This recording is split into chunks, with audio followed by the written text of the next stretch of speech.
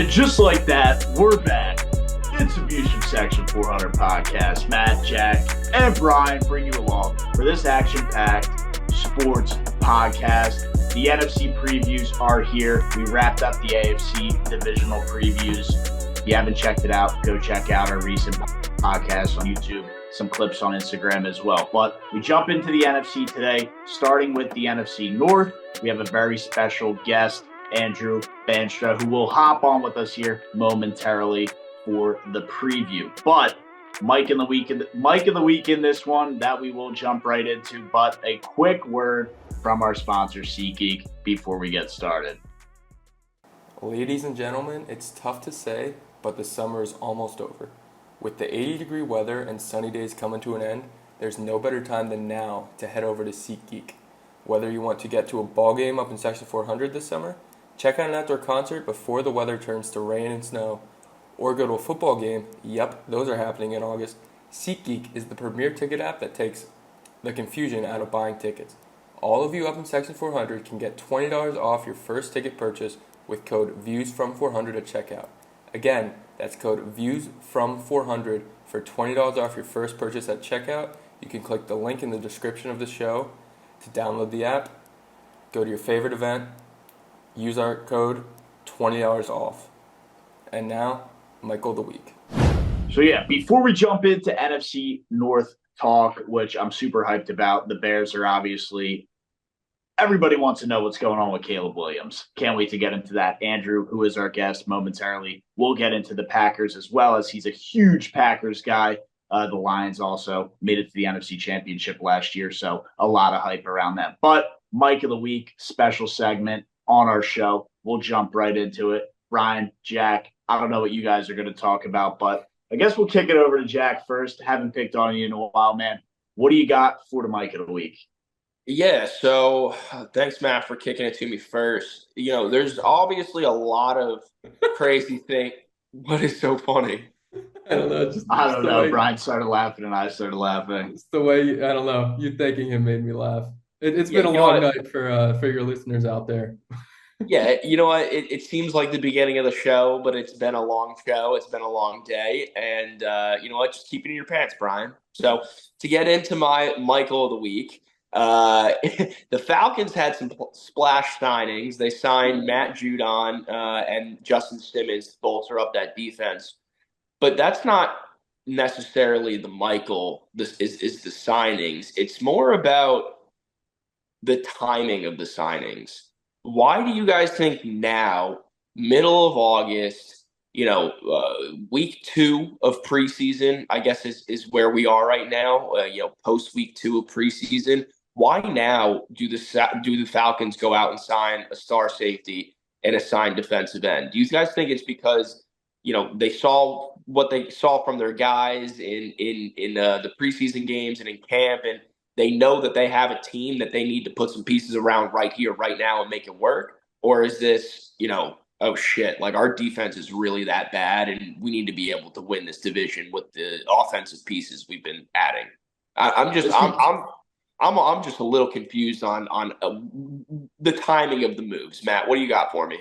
It's because the GM has no idea what's going on. He drafted Penix after giving $100 million to Kirk Cousins. They give Jesse Bates all this money. They go out and say, all right, yeah, let's just go grab Justin Evans. He has no idea what's going on. Arthur Blank is pissed. You saw it in the draft room when the draft went down. He doesn't even know what's going on. He can't fire the GM. He's in the midst of all these moves. It would look even worse. And he would have nobody to go and hire to clean this mess up. The GM has no idea what's going on. He's just making moves, hoping that it sticks. Sure, Justin Edwards, whatever his name is, Simmons. I don't even know the guy's name. I know he's an elite safety. Simmons. He's a nice player. The GM has no idea what's going on, and that's kind of where I sit on that. I'm gonna give him a little bit more credit. I think their issue was the training staff, and the doctors had no idea what was going on. And they weren't sure if Kirk Cousins was actually healed from his injury. And now they do, they're going all in. And I think maybe that's the part of them that made them draft Michael Penix. But now that Cousins is healthy, they see this NFC South that is so bad. And they're like, why not go all in? And I know Jack smirked at me because I said Phoenix instead of Phoenix again. It prefaces all of that because why do you give Kirk Cousins $100 million? That has nothing to do with the health, the training staff, whatever you want to call it. You don't, if you're unsure of the guy's health, you don't give him all that money. Yeah, so maybe he had no idea what was going on when they signed him. But now he's trying to fix his mistake. I like the moves. I think Judon and Justin Simmons are both good players. They may be old, but I mean, I still think that they're great players, and the type of vets where you bring them into a team that is going to make a run. You think about when Brady went to the Bucks and they brought in every vet that has like a Hall of Fame like potential tag next to their name, like when they brought in who was it, like JPP and Ndamukong Suh, things like people like that. I feel like this is the same thing that they're doing right now. I'm just, again, it was all about the timing. I guess to your point, Matt, you think that the GM's just going willy-nilly, has no idea, sees something flashy and says, yeah, let's go grab them. And to Brian's point, they really think that this is the time to go all in. So I guess I've got my answer, whichever route I want to take between you two. How do you go all in when you haven't played a real game yet? I guess. Like the division sucks, so like you have that, but the fact, like if the Eagles made a move like that, okay, they're Super Bowl contenders. Or coming into this year, are you saying the Falcons are Super Bowl contenders? No, you're not. And the moves he's making are what a team who has is like the Chiefs make that move, okay. Eagles make that move, okay. Niners make that move, okay. Falcons are not the team that should be going for that. I don't know. I think I wouldn't go as far as to say they're on the same level as the Eagles and the 49ers and the Ravens. So they're Super Bowl contenders? I think any team that wins their division and needs to win 3 games to get to the Super Bowl should go all in. And they clearly think they could win that division, so why not try to improve your team? Fair point, but I don't know. I like both of the arguments that you guys are making right now. Yeah, how about we get into the next, Michael? They're unproven, and Kirk Cousins hasn't showed you anything for you to be a Super Bowl contender. Sorry, Kirk Cousins isn't a Super Bowl contender. Is that fair? That's fair. I mean, he lost the playoff game. He lost the home playoff game to Daniel Jones. Okay, that defense was terrible. Oh my God, Brian, you find it a fucking excuse for everything, dude. That defense, like Daniel Jones scored 30 points on him. I was going to say, do you want to give Daniel Jones props or not? Because you can't win this argument both ways here. Somebody's got to lose. Like, dude, it's ridiculous. Brian, just jump into your mic in a week, dude, because I'm not having this argument with you. Okay, Trent Dilfer won a Super Bowl. I'll leave it at that. But yeah, I have 2 quick Mike of the Weeks. My first one's just going to be, you guys will see it in the interview coming up, but I pride myself on knowing a bunch of stats and fun stats, and I neglected to bring up the fact 3 of the quarterbacks in the coldest division in football played college football in California. So I'm mad at myself for that. I guess it's more disappointment than shocking. But my real Mike of the Week, Alex Verdugo, outfielder for the Yankees, is allergic to batting gloves. Had no idea for his whole life. He found it out recently when the Yankees sent him to an allergist, and they found out he was allergic to 2 chemicals that are in batting gloves, and they're also in tattoos, and he has a lot of tattoos. So not good news for Verdugo. Yeah, I saw that story pop up. So obviously, I don't know how it takes this long to figure that out. Not only this long in, Little League, high school, college, pros. He's been on multiple MLB teams. I mean, finally they figure that out. I think it's, good for them, I guess, or good for him to figure out what his health issue was. Yeah. So apparently this is a quote from him. He said, "My hands hurt, they blister, and it opens and starts scabbing. It's really super dry skin, and I've been dealing with it since 2021. So 3 years now, he's just had hands that hurt. And arguably the most important part of your body in the sport of baseball is your hands. As a hitter, yeah. And this man has just been dealing with scabby hands for 3 years. Yeah, you can't really do anything in baseball without your hands. You can't throw, you can't catch, you can't swing a bat. That's tough. And he plays one of the hardest defensive positions in center field. So, yeah, glad he was able to show that up. And honestly, props to him for playing that position with this issue for the last 3 years. Yeah, that's crazy. Hasn't been bad either. I mean, he's not an all-star, but he's a serviceable outfielder. Yeah, I guess so. But I guess I'll jump into my Mike of the Week as we're flying around the horn here. And, I hate to highlight the Dallas Cowboys, but Brandon Aubrey hitting a 66-yard field goal was absolutely unbelievable. The guy's won 2, USFL championships, played soccer in college, shouldn't even be in the NFL, or obviously he should making the 66-yard field goal, but I don't know. I thought that was unbelievable. One in itself, making a 66-yard field goal, and two, the fact they're throwing or going out there and even attempting that in a preseason game. But at the same time, if there's a time to do it, I guess it is preseason. Definitely. Yeah, to your point earlier, shouldn't even be in the NFL. I know you mean like his story to get there. Right.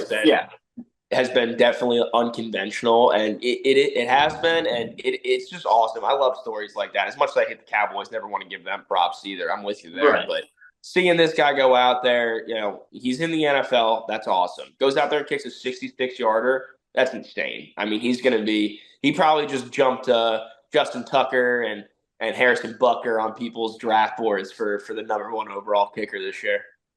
Yeah, listen, definitely Brian's. This might say more about my fantasy team from last year than it does about Brandon Aubrey, but he was probably my best asset last year. I mean, the dude hit every field goal he took. I don't think he might have missed 1 extra point, and that was his only miss all year. Okay. If you are a collegiate soccer player and you got a boot, kicking in the NFL may be a viable option, at least over the MLS. Or if you're not that talented in soccer, but you can kick. Yeah, NFL teams can use it. But yeah, I think that's the Mike of the Week segment. Before we jump into the NFC North, bring on our special guest, Jack. What special announcement do you have for us here as the NFL season rapidly approaches?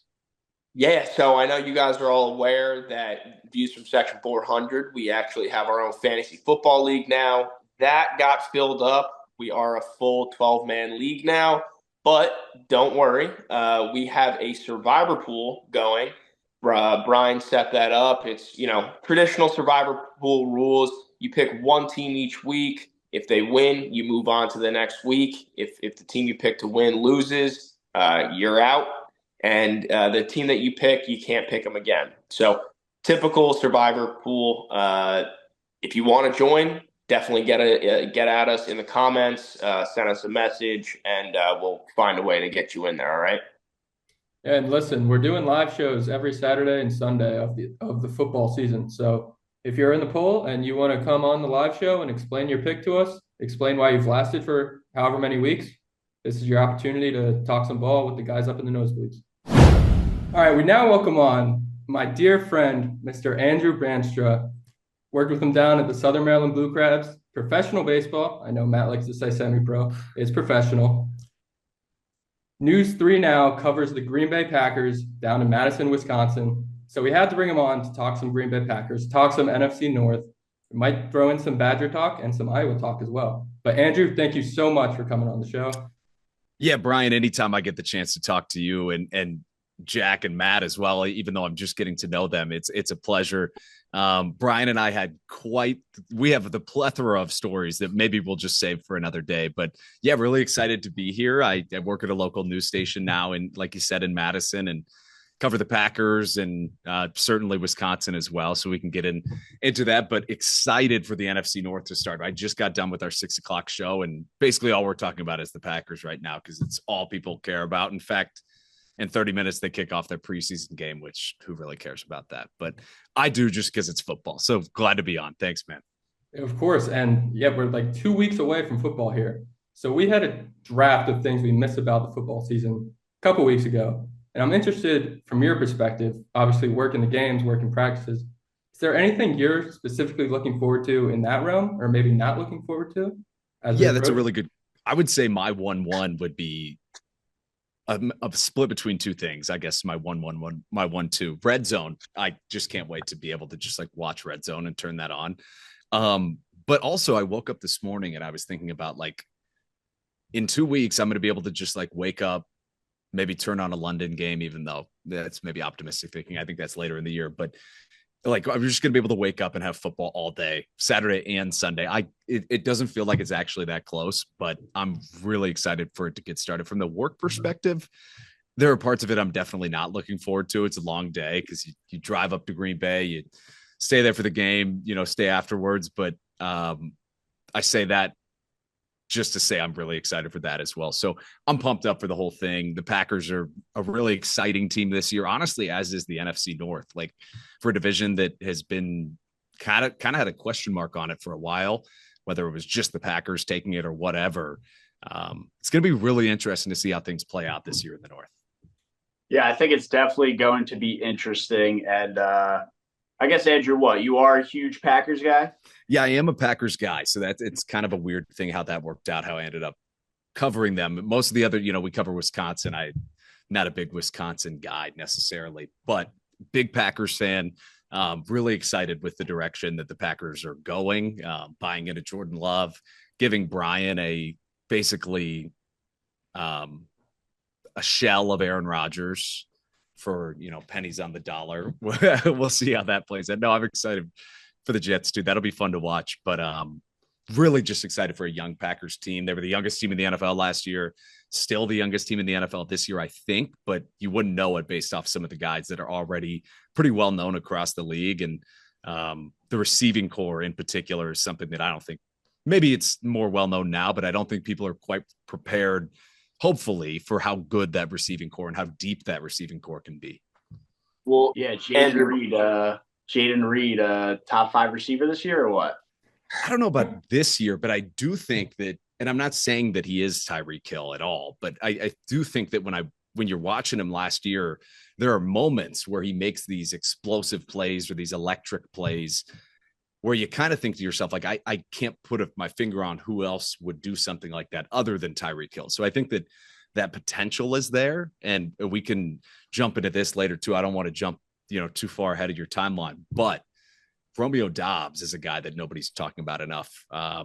To me, from the Packers perspective, he's the wide receiver 1.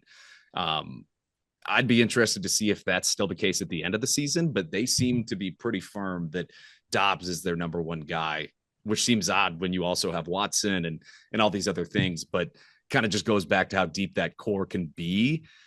And then you're not even talking about guys like Luke Musgrave and Dontavian Wicks and whatever it might be. So I think in a lot of ways, they're going to be really fun to watch, but I don't know about a top 5 receiver this year. Yeah, top 5 might be a little rich. I mean, there are people, like you said, Tyreek Hill. There's a dude named CeeDee Lamb, Jamar Chase. I mean, Justin Jefferson. There's good receivers out there. I don't know if he's cracking top 5, but there has been a lot of buzz around him.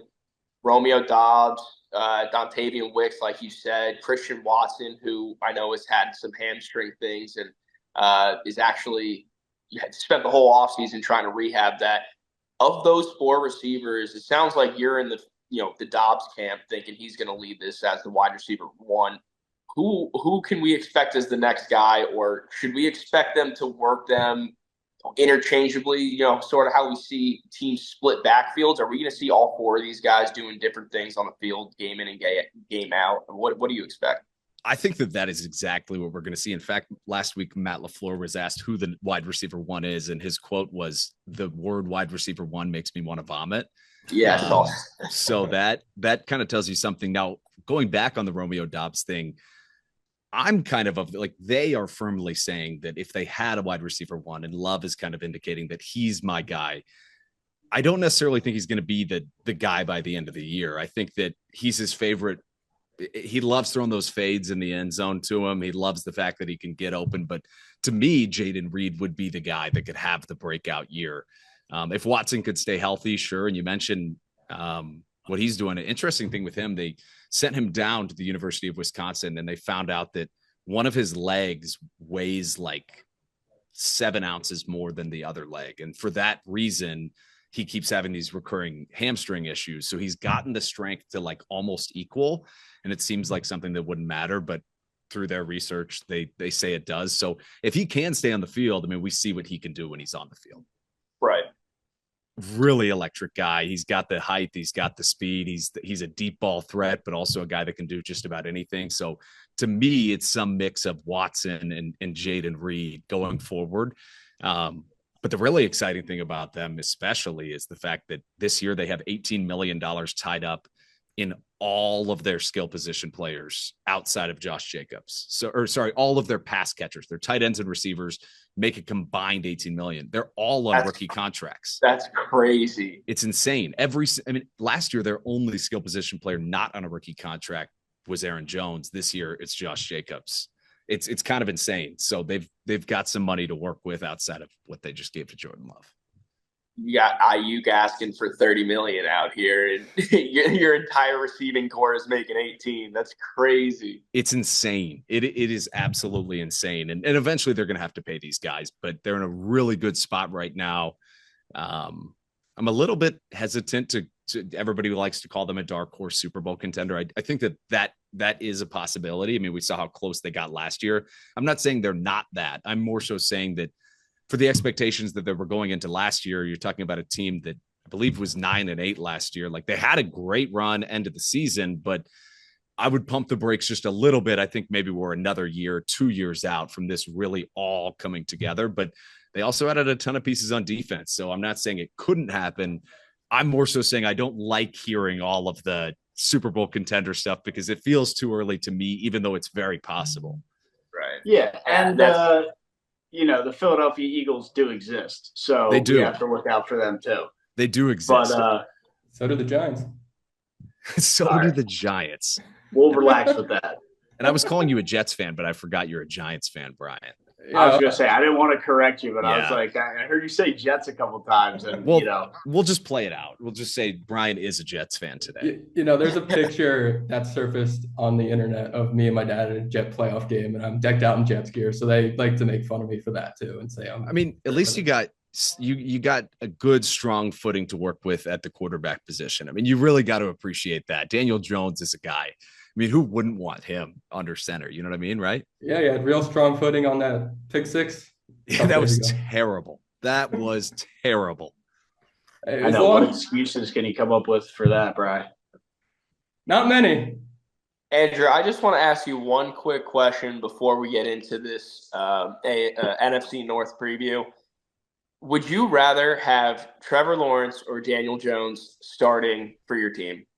It feels like Brian is trying to say that he would rather have Daniel Jones, which just can't be true. I get it that Trevor Lawrence isn't, everything maybe he was cracked up to be, but sure. Daniel Jones is not an NFL caliber quarterback. I would take Trevor Lawrence over him 100 times out of 100. I guess you're a Jags fan, so I am. But still, but that's all I needed to hear. That has nothing to do with it. It's Trevor Lawrence 1,000,000 times out of 1,000,000. I need to send you the graphic after the show. I was going to say, there's some interesting statistics out there that have them pretty on par. But I think that's picking and choosing the statistics to line them up against each other. But all this conversation's great. I love Andrew. Obviously, you're a huge Packers guy, but we do have to talk about probably the most hyped or at least most anticipated team coming out of the NFC North, and that is the Chicago Bears. Caleb Williams, a bunch of additions on the offensive side of the ball. Defense should be relatively solid, I think. Maybe you can, provide a little more insight on that. But, we had a question here. Brian said you, I guess, called or had some top 10 calls on ESPN. Yeah. So, my question here is, which Bears player on the offensive side of the ball is going to be the first one on ESPN top 10 this year? Yeah, I think it might just be Rome Odunze. I think that he's a guy that's kind of lost in the shuffle. I mean, he's a top 10 pick, so not too lost in the shuffle, but with, Keenan Allen and DJ Moore and Caleb Williams, I think Odunze in some ways is getting lost in the shuffle. I think I would say it's him just because he and Williams seem to really have that connection already. And honestly, I mean, I'm watching that Bears preseason game yesterday, kind of thinking to myself, like, wait, I'm not saying they're going to be good, but they look at least competent, which is something that feels weird to see, just Bears players having competent football plays.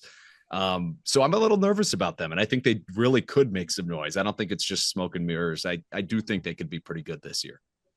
Right. And they were 7-10 last year, over under set at 8.5. We'll get into what we all think, their win total will be in a little bit here, but you touched on a couple of the additions, right? Keenan Allen, DJ Moore just signed a huge extension, Rome Odunze in the draft, and, DeAndre Swift's back there as their star running back now. Caleb Williams has a bunch of help on the offensive side of the ball, obviously, but I guess what one of those additions, maybe one I didn't mention, probably going to be one that I did, is going to be the number one guy that eases Caleb Williams into NFL life. Yeah, I think it's Keenan Allen from that perspective. I think that he's a guy that oftentimes, for whatever reason, this is something that's always confused me. Like when the Rams and the Chargers both went to LA, like it feels like we talk about the Chargers as if they're still in like San Diego. Like we don't really hold the same weight for the Chargers. They don't get as much attention. So because of that, Keenan Allen, like while he's putting up these wide receiver one seasons, top 5 wide receiver in fantasy year in and year out, if he's healthy, we don't talk about him as much, but he's such a seasoned vet. He's such a pro's pro. And that's the kind of guy that you need if you're a rookie quarterback like Caleb Williams, who could very easily, get lost in kind of all of the glitz and glamour that comes with the NFL. Keenan Allen's just a pro's pro. He's a guy who knows how to get open. He's a guy who knows how to be productive. And kind of to your point from earlier too, it's really interesting what Caleb Williams is walking into. Like this would be a situation you would set up for like a seasoned veteran quarterback to like walk into and like, plug and play, he can do it. So to have a rookie with this much talent around him, especially on a Bears team that never has talent at skill positions, it's going to be really not just weird, but interesting to see how it plays out because, Caleb Williams isn't going to be given a lot of grace. If he messes up early, there's not many excuses to be had. I mean, he has the pieces around him. He talks the game as if, he is a star. And I mean, he was in college, certainly, but, I don't see any way how he couldn't be successful. We see some of the things he's doing in the preseason. There will be growing pains, but I think that Keenan Allen's going to help him a lot, kind of smoothing that process.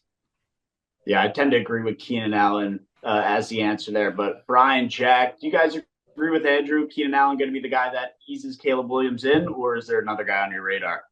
Yeah, I like Keenan Allen and DeAndre Swift probably, but I do want to apologize to Charger fans because I feel like we've done 5 of these previews, and that's the 4th time we've just had a subliminal roast of the Los Angeles Chargers.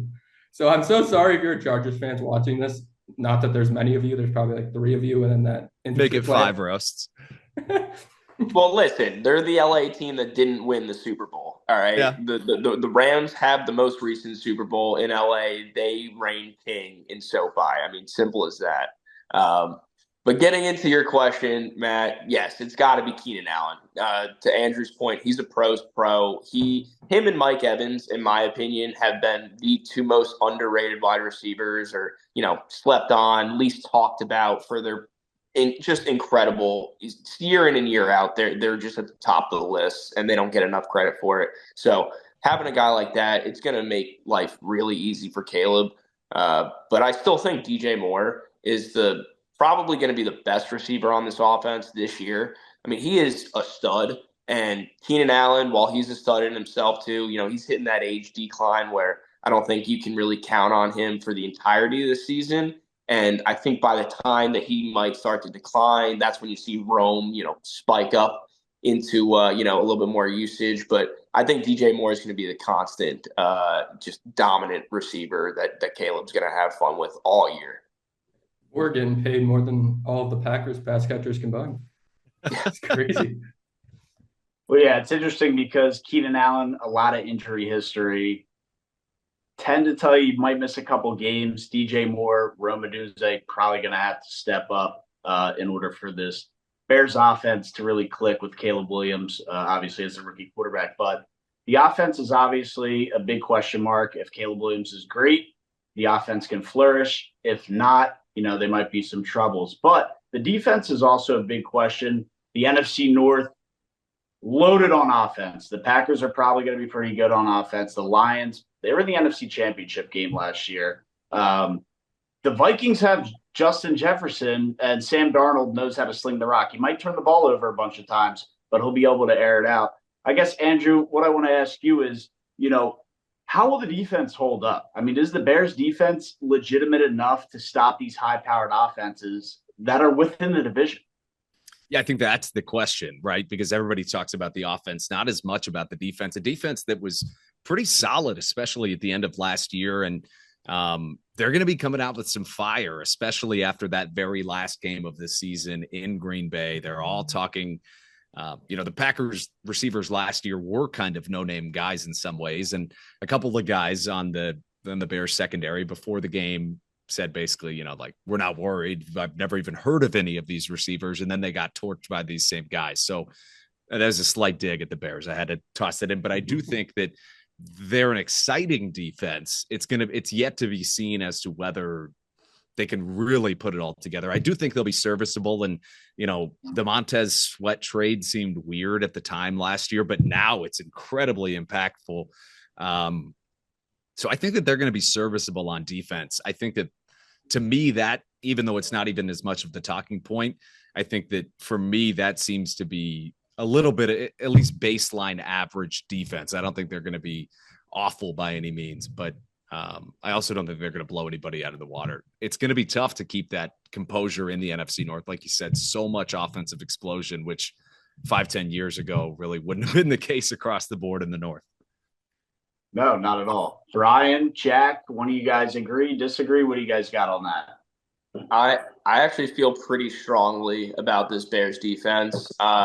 They were a very standout group towards the end of the season last year. I agree with Andrew. When they made that Montez Sweat deal, they didn't make a whole lot of sense with the trajectory of their season and the timing of everything, but between him coming over there, it seemed like it really set the tone for the defense. And, we don't have to talk about Jalen Johnson. He was insane all year. Could have won Defensive Player of the Year, but I know there was obviously, it's going to go to one of those defensive linemen. It always does. Just like the quarterback always takes MVP. But I'm actually in the camp that I really do believe in this Bears defense. And I think that one of the biggest issues for them last year was the fact that the offense couldn't stay on the field, couldn't sustain drives, and the defense spent the entirety of the season on the field. So with the addition of all these offensive weapons, if they can just honestly sustain drives just a little bit more, defense will have more time to rest in between, their drives. And I have a lot of faith in the defense. I actually have more questions about the offense solely because you have Caleb Williams coming in, as a rookie quarterback, even though, like Andrew said, I don't think a rookie quarterback has come into a better situation ever. But if he can come in and do his thing, I think this is going to be a very scary team because I have a lot more faith in the defense than I do the offense. Jalen Johnson is a freak. He is an absolute freak, not talked about enough. Yeah. If there's one person in the world that knows how to bend and not break and hold herself up, it's Simone Biles, and she'll be around the Bears a lot this year. That's true. Did you see what she was wearing? That's a very odd way to phrase it. But it's such an odd way to phrase it. Did you see her outfit the other day at the Bears game? She was wearing a Packers. I think it was like a custom, it had Owens on the back, but she pulled up to Soldier Field in a Packers shirt. It was like a coat, but I mean, she's a Packers fan through and through, even though Jonathan Owens said a couple interesting things about the Packers since leaving. So I'm out on Jonathan Owens, to be very clear, but very odd way to phrase that, Brian. I appreciated it though. It's definitely an interesting way to put that, Brian, but obviously a lot of great talk on the Bears offense, defense. I'm honestly pretty high on the defense too. But yeah, the main question, it's what everybody asks coming into the season. You have your divisional opponents, not, how will, I guess, but why can the Bears win this division? Or I guess it is how. How can the Bears win this division? We talked about the defense. We talked about the offense. Obvious picture, Caleb Williams. Other than that, what do they have to do to win these divisional games and get the job done when it comes to lifting a divisional title? Yeah, I think that one really big piece that's kind of being overlooked with all of this is the fact that, Caleb Williams is walking into one of the best situations of all time. But then the piece that we're not talking about is the fact that does everybody else buy in? Because Keenan Allen is used to the lion's share of the targets. DJ Moore, has had that his whole career. Roma Dunze, his whole life has had that. DeAndre Swift wants to be involved. How are all of those guys going to fit in? And, if it was Aaron Rodgers, he'd be able to, or, a veteran quarterback of any caliber, he would probably be more comfortable talking to these guys and not forcing somebody the ball. But it's going to be interesting to see how that works out, not only for defenses that have to cover all of those guys, but just to see how the food is spread to these different guys. I don't think food is the right word, but how the ball is spread to all these different guys and how they're able to buy in to what it is they're trying to do in Chicago. So to me, that's the key point. How does Caleb Williams kind of develop with all that? To me, Caleb's kind of an interesting dude. We haven't just the personality doesn't really fit what you're used to out of a quarterback. How does he fit in that locker room?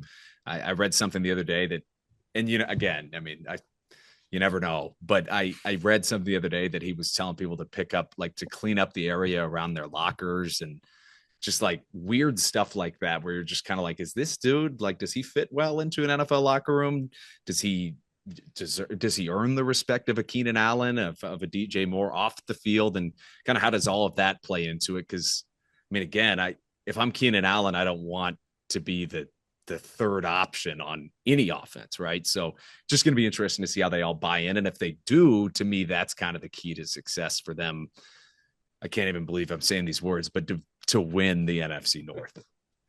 Well, you make a really good point because, Keenan Allen is that guy that helped a really young Justin Herbert get to a 5,000-yard season just a few years ago. So, obviously he doesn't want to be on the second fiddle to anybody, but does he realize that they just drafted a rookie top 10 at his position? Did they not realize that they just gave DJ Moore a fat extension?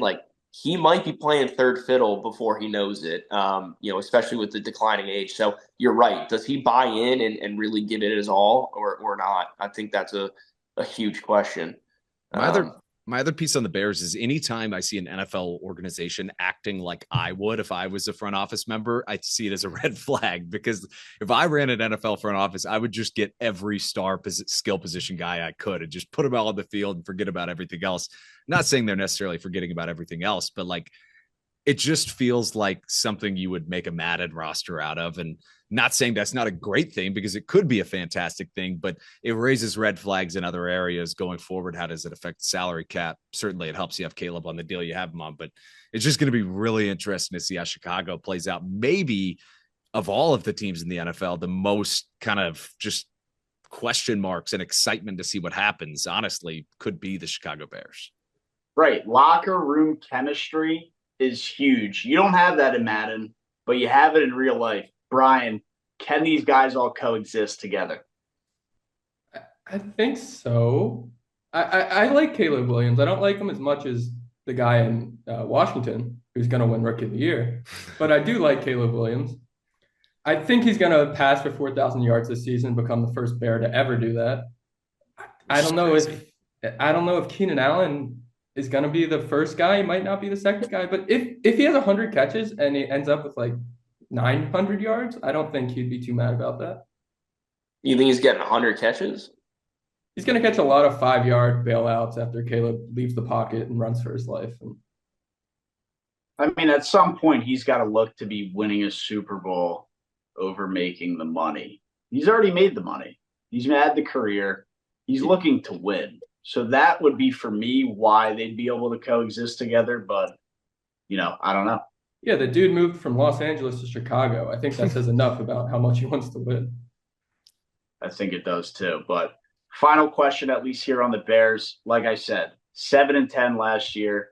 Over-unders 8.5. Andrew, they winning 9 games this year? Or are they going under that 8.5 total?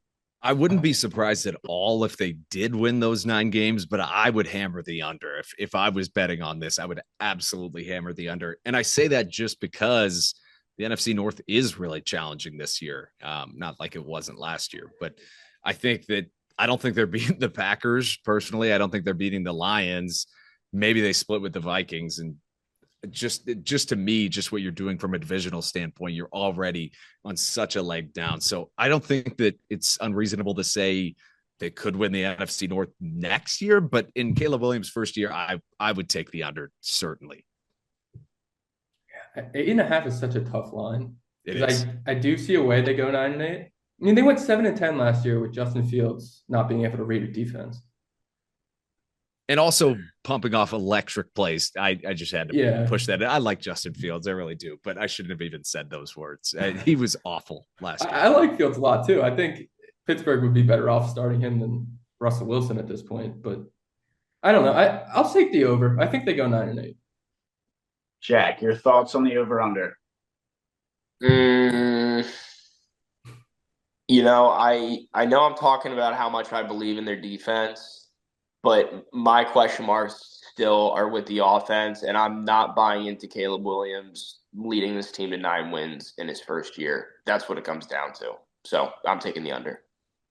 Yeah, again, the NFL is all about the quarterback. You can put the pieces around. You can put the pros pro, the guy who's supposed to break out in DJ Moore, who never really had the guys around him, the rookie top 10 pick, DeAndre Swift. I don't know. I really don't know. I think the 8.5 is a tough line.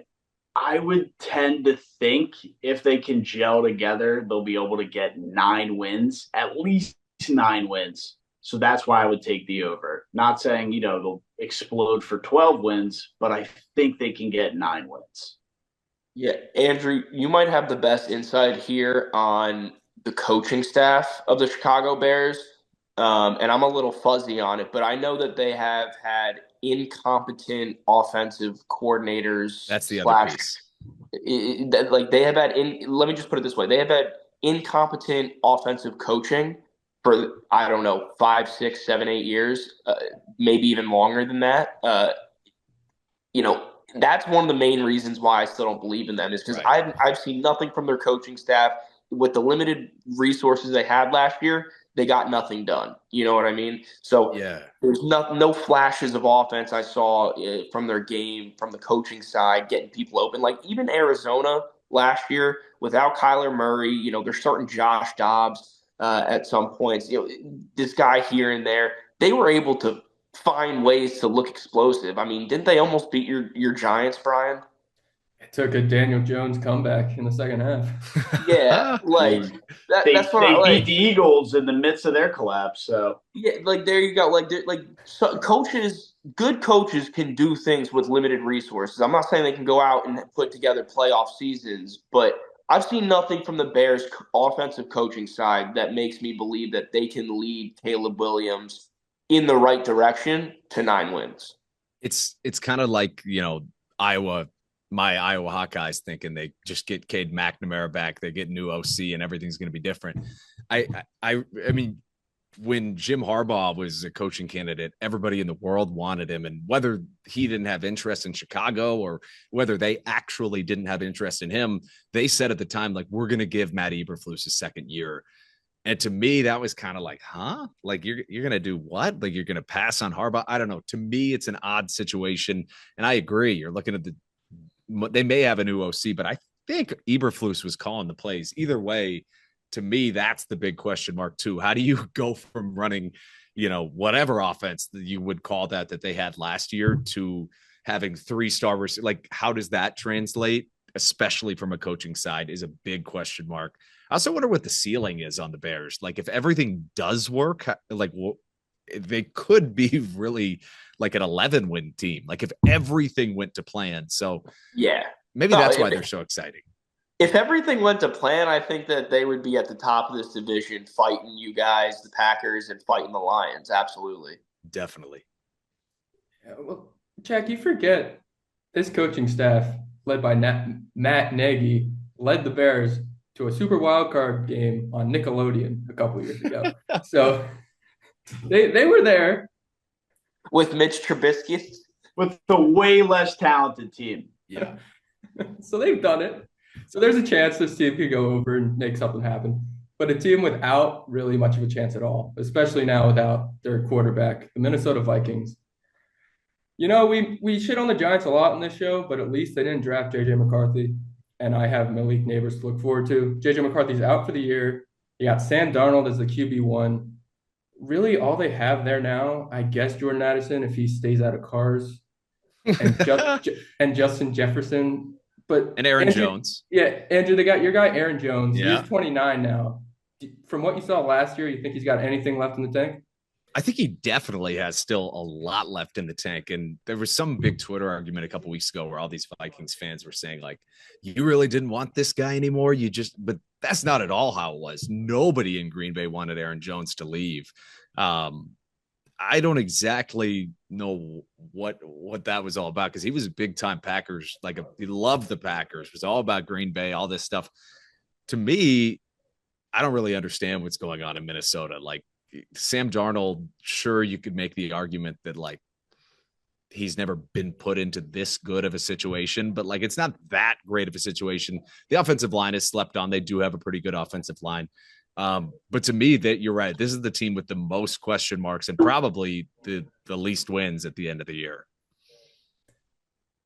Yeah, I tend to agree. So I really don't think we need to spend much time dissecting this team, but there are some fantasy fantasy players that may have some impact. So my first question to you guys, Sam Darnold, I've said he throws a good ball. I don't know how well that'll translate to wins, but you guys made fun of me for that. So he saw ghosts on Monday Night Football a few years ago. Are you ghosting Justin Jefferson in fantasy drafts now that Sam Darnold is throwing him the ball? At his ADP, yes. Like people are taking him still at the 5, 6, 7 spot. Like I'm taking him. I'd rather have Marvin Harrison Jr. than him. Yeah, I think Jack said it great. Where are you getting him in the first round? I mean, he's still going to be a first round guy.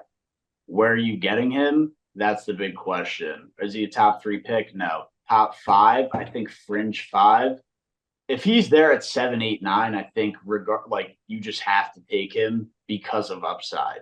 I mean, it's not like he's had all-world quarterbacks when he had an 1,800-yard season. I mean, the guy's still electric. And Brian, I do think Sam Darnold could get him the ball. So depends where you get him. I think people are overlooking from that point, but I don't know. I wouldn't sleep too much. I think Jefferson still can have a nice year fantasy-wise. And even with all the weird quarterback play stuff that happened with them last year, with all these plug and play different guys, Nick Mullins was behind center for a lot of the year. Fucking Josh Dobbs. Yeah. Jaron Hall, like all these guys that you're like, what the hell? And he missed 5 games and he still got to 1,000 yards. So to me, if he's healthy, he's a guy that kind of like you said, I mean, Kevin O'Connell is a really, really good coach and he's going to find ways to get the ball in Justin Jefferson's hands. The top 5 thing to me is a little fuzzy still, just because of that, all of the question marks. But I don't think it's crazy to take him at 5. Top 4 to me is pretty ridiculous, especially when you're comparing him to guys that have quarterbacks that can really throw the ball. If you would put Tua in that camp and Joe Burrow in that camp, obviously. But to me, just the security at quarterback for these other top end receivers makes so much more sense, despite the fact that if I was JJ, I would have been asking to leave Minnesota a long time ago. The second that that they decided they were going to do whatever they're going to do this year at quarterback. I know it's a great question though about JJ top 5. Matt, can I ask you real quick? Would you rather have yourself AJ Brown or Justin Jefferson? Wow. It's a difficult question just because, Philadelphia fans, we fall in love with the team. We already love the team, but the players, right? So AJ's already been here a few years. It's tough to take AJ over Jettas. Honestly, for me, it's pretty equal. I mean, I don't know that I can take AJ Brown over Jettas just because I've fallen in love with the player. Skill-wise, longevity-wise, probably, non-biased overall talent, Jettas is the guy. But I'm not gonna make that decision on air. You're not gonna get that out of me. Well, I honestly, just hearing you struggle trying to answer that was good enough for me. So thank you. I appreciate it. Yeah, that's tough. The correct answer is Darius Slayton, War Eagle. Brother, War Eagle, but I almost didn't give you a War Eagle for that one. That's so out of left field. Let's move on. All right, back to the Vikings. Skol is not only the Vikings chant, but also the cheapest vodka on the market. Are there any players in Minnesota you can buy in for cheap in fantasy drafts this season? I don't know about cheap, but TJ Hawkinson feels like somebody that doesn't get talked about enough just in general. But certainly wouldn't fit the cheap. The cheap guy there would be Jordan Addison, especially with JJ coming back. You got Hawkinson getting all the attention. When Jefferson wasn't there last year, Addison was playing like a fantasy wide receiver too. Like he was really, really producing there for those couple of weeks. To see what he does in year two is going to be really, really interesting. My only kind of qualm with that would be him and JJ are pretty similar in play style, just like in the role that you need filled. So it's going to be interesting to see what happens. But to me, Jordan Addison would be that guy. Aaron Jones has had injury history. If you really want to take a long shot, stash Ty Chandler on your bench. That guy could actually be somebody. You want to talk about buying cheap? Probably going to go undrafted. Yeah, Matt makes a good point there. It's for me, it's just I don't trust Sam Darnold. So I'm not. He's the kind of guy that if he's going to get passes off, he's going to be hyper targeting Jefferson. I really don't have any interest in Addison. Hawkinson's coming off that horrible injury from last year, so that mixed in with Darnold, I'm not buying into him either. So Ty Chandler, Aaron Jones, if you can get him out of value, but I'm pretty out on this Vikings team this year. I think they're going to have a really tough go. And especially, I mean, their defensive backfield too. Obviously, that's not the topic of conversation, but their defensive backfield is absolutely barren. They just signed Stephon Gilmore today, but I mean, they lose one guy to a torn ACL, another guy. This is horrible, but dies like a corner they draft dies. Yeah, I heard about so that. They're going to struggle in the position that they needed most to improve in this year. And to me, Stephon Gilmore is not that guy. He got torched by Dontavian Wicks in the playoffs last year, and Wicks is fantastic. Don't get me wrong, but says all you need to know about maybe a modern day Darrelle Revis at the back end of his career is maybe the ceiling of what he can be. Yeah, didn't they sign Patrick Peterson and he was like 35 a couple years ago? They did. Yeah. They love doing it. Going back to that well. Yeah, dude, the Vikings, I don't know if it's the trainer or who, but somebody's got to get fired. I mean, how does everybody on their team get hurt in the past 12 months? And like bad injuries too. It's ridiculous. To me, I never understood getting rid of Kirk. Like, I get he's old. I get he's coming off an Achilles. I get you'd have to pay him. But when you have JJ right now and Kirk in those 3 weeks, I was never a big Kirk guy. But in those first 3 weeks last year, he was playing it at MVP level. The year before, he was playing really, really well. To me, that was a move that never made a ton of sense because if you're restarting now, JJ's probably in the last year of this deal he just signed by the time everything makes sense. I didn't get moving on from Kirk if you have a guy like JJ that to me is one of the most valuable players you could have in the NFL. Yeah, it just doesn't make much sense. But maybe they look to trade JJ and trust in this guy. Which number do you think will be higher this year? Jordan Addison receiving yards in a single game or the speed he was going in his car in his last run-in with the law? He was going 140 miles per hour. Wow. I think that's a fantastic question. I think I would go with the car. I don't think he's getting more than 140 in a game this year. It's a hell of a line. I don't know what he topped out. I had him on one of my rosters last year.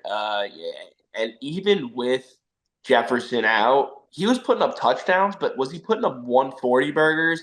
I don't think so. So I'm going to take the under on this. Yeah, I'll take the car speed all day. Yeah, car speed. Exactly. All right, Rev up the engine. Everyone's fading Jordan Addison. All right, my final question to you guys. Leaf Erickson. Can you call that fading Jordan Addison? I mean, I guess in the sense of him getting 150 yards this year. I guess so, but All right. Well, Leif Erikson was arguably the greatest Viking of all time. His wife's name was Thor Gunna. Do the Vikings win more games than the combined number of Thor movies in the Marvel Cinematic Universe? 4. And Gunna top 10 hits? 4. So 8. Thor Gunna is a fantastic name. I was a little bit stuck on that. What? So it's 8. Are they going to win more than 8 games? Yes. Absolutely not. I think that they'll. I guess my one counterpoint on the Vikings was it seemed like even when Kirk went out last year, they kept finding ways to win games, which was really interesting to me. I didn't think they would do that at all. So I do think Kevin O'Connell can find ways to win some games, but 6 feels like the number to me that feels safe. Yeah, they're going under. They won a couple of those games from the Josh Dobbs Magic. I think they won maybe 1 or 2 of those from the defense actually, maybe stepping up here and there. Because they actually had didn't they have a pass rusher last year that had double-digit sacks? Or am I tripping? Hunter, maybe? Yeah, Danielle Hunter. Pretty sure he had like 14 and a half or something like that sacks. So, they had some timely players, but no, there's no shot that they do this. I mean, maybe if JJ was still healthy and he was going to come in and lead them, some sort of resurgence, something we weren't all expecting, but I'm not putting any money on Sam Darnold to do that. If the Bears are going over, the Vikings are definitely going under. So I have them at about 5 or 6 wins. Yeah, that's my thinking too. So we're all on the under for the Vikings, which probably means they'll find a way to win 8 games. That's the thing. I was just thinking about it. Like, I don't even see a path. Like, I don't know how that could happen. Like, and again, I mean, it's the NFL. You never know, but it just doesn't seem possible to me that they win more, that they even win 7 games. I don't know. Sam Darnold would have to surface as a legitimate quarterback option, and I don't think anybody expects that. Yeah, I'm not saying this situation is good by any means for Sam Darnold, but we forget he was with Adam Gase in New York and then Carolina. So he hasn't exactly had a good start to his career in terms of coaching. Or people around him, or players around him. Like having JJ, Aaron Jones, TJ Hawkinson, and Jordan Addison is light years ahead of what he ever had in Carolina or New York. So it's possible. No doubt about it. All right, well, I guess we get into the Packers now. And we already talked some Packers, but we'll take our full preview here. So they went 9-8 last year. Vegas expects them to win 1 more game this year. The over is 9.5, and that's favored, -138. We already talked about the pass catchers. We talked about Aaron Jones leaving. They bring in Josh Jacobs. And we kind of talked about Christian Watson's hamstrings already. But Andrew, have you seen anything that makes you believe Watson can take over that number 1 role? I know LaFleur doesn't want to put a label on it. Romeo Doubs is apparently their number 1 receiver. But are his hamstrings healthy now? Is he going to play?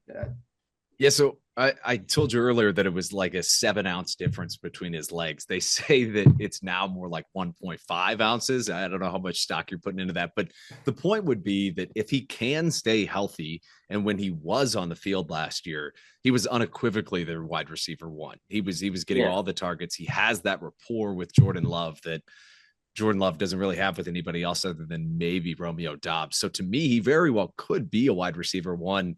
It's, again, just finding this spot. I mean, we're not even talking about Dontavian Wicks, who to me could also be their wide receiver 1. I mean, he had games last year where he was, I think of all of the skill position players on the Packers, the one that is the least known that could do the most this year is certainly Dontavian Wicks. He's a guy that I don't think many people maybe know, but maybe they do. I don't know. But to me, he could be a guy. He has all of it, all of the things that you would want. And it's just going to be a matter of, can they get the ball to him enough with the other guys they have around? So another thing that I'm really excited about for the Packers that probably isn't being talked about a ton would just be their safeties. Their safeties were really, really a place where they struggled last year. I mean, Jonathan Owens was getting legitimate minutes at safety. Keyshawn Nixon was getting legitimate minutes at corner. They had something like 12 guys play corner for them over the course of 3 weeks. And their top 7 guys on the depth chart at corner from the start of the season were all injured by week 5. It's a position that's way more shored up. But when it comes to the safeties, you go out and you get Xavier McKinney from your Giants, and you draft a guy like Javon Bullard out of Georgia.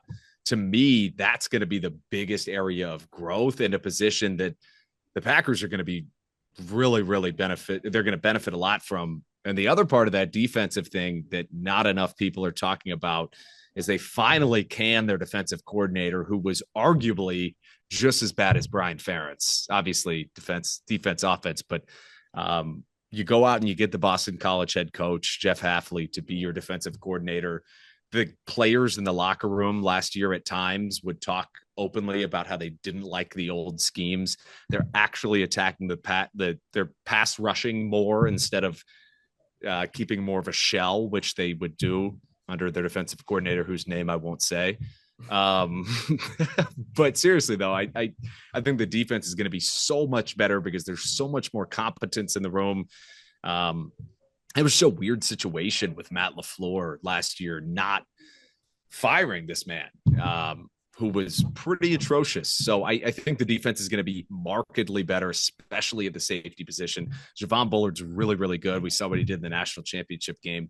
But also, I mean, you've seen what Xavier McKinney can do when healthy. I think he's missed a lot of time too, though. Yeah, well, last couple of years he was fairly healthy, and the Giants didn't even bother to offer him anything, which really annoyed me. But we'll get into that in a couple of weeks when I have to listen to Matt roast the Giants in the NFC East preview for an hour.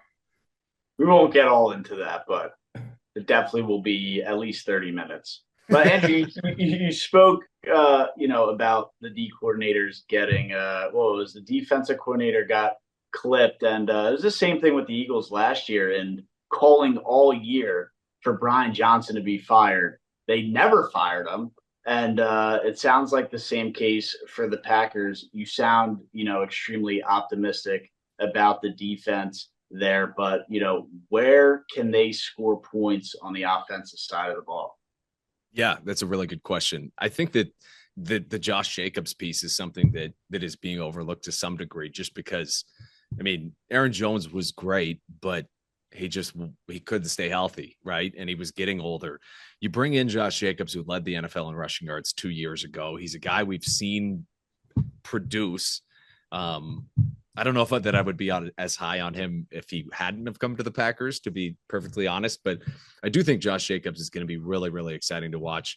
Marshawn Lloyd, the backup running back, a rookie, I think out of USC, he's going to be really exciting to watch. A.J. Dillon probably won't touch the field this year, which is pretty much a good thing for the Packers.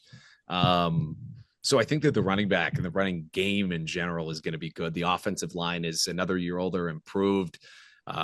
They used the draft to really get more depth at the offensive line. So for all the attention that the pass game is getting, Josh Jacobs would be one guy. And especially for fantasy purposes, I think Luke Musgrave could be like, if you find yourself in the 11th round and you still don't have a tight end, like Luke Musgrave would be a way better option than like wherever, Hayden Hurst is in the wherever he is right now.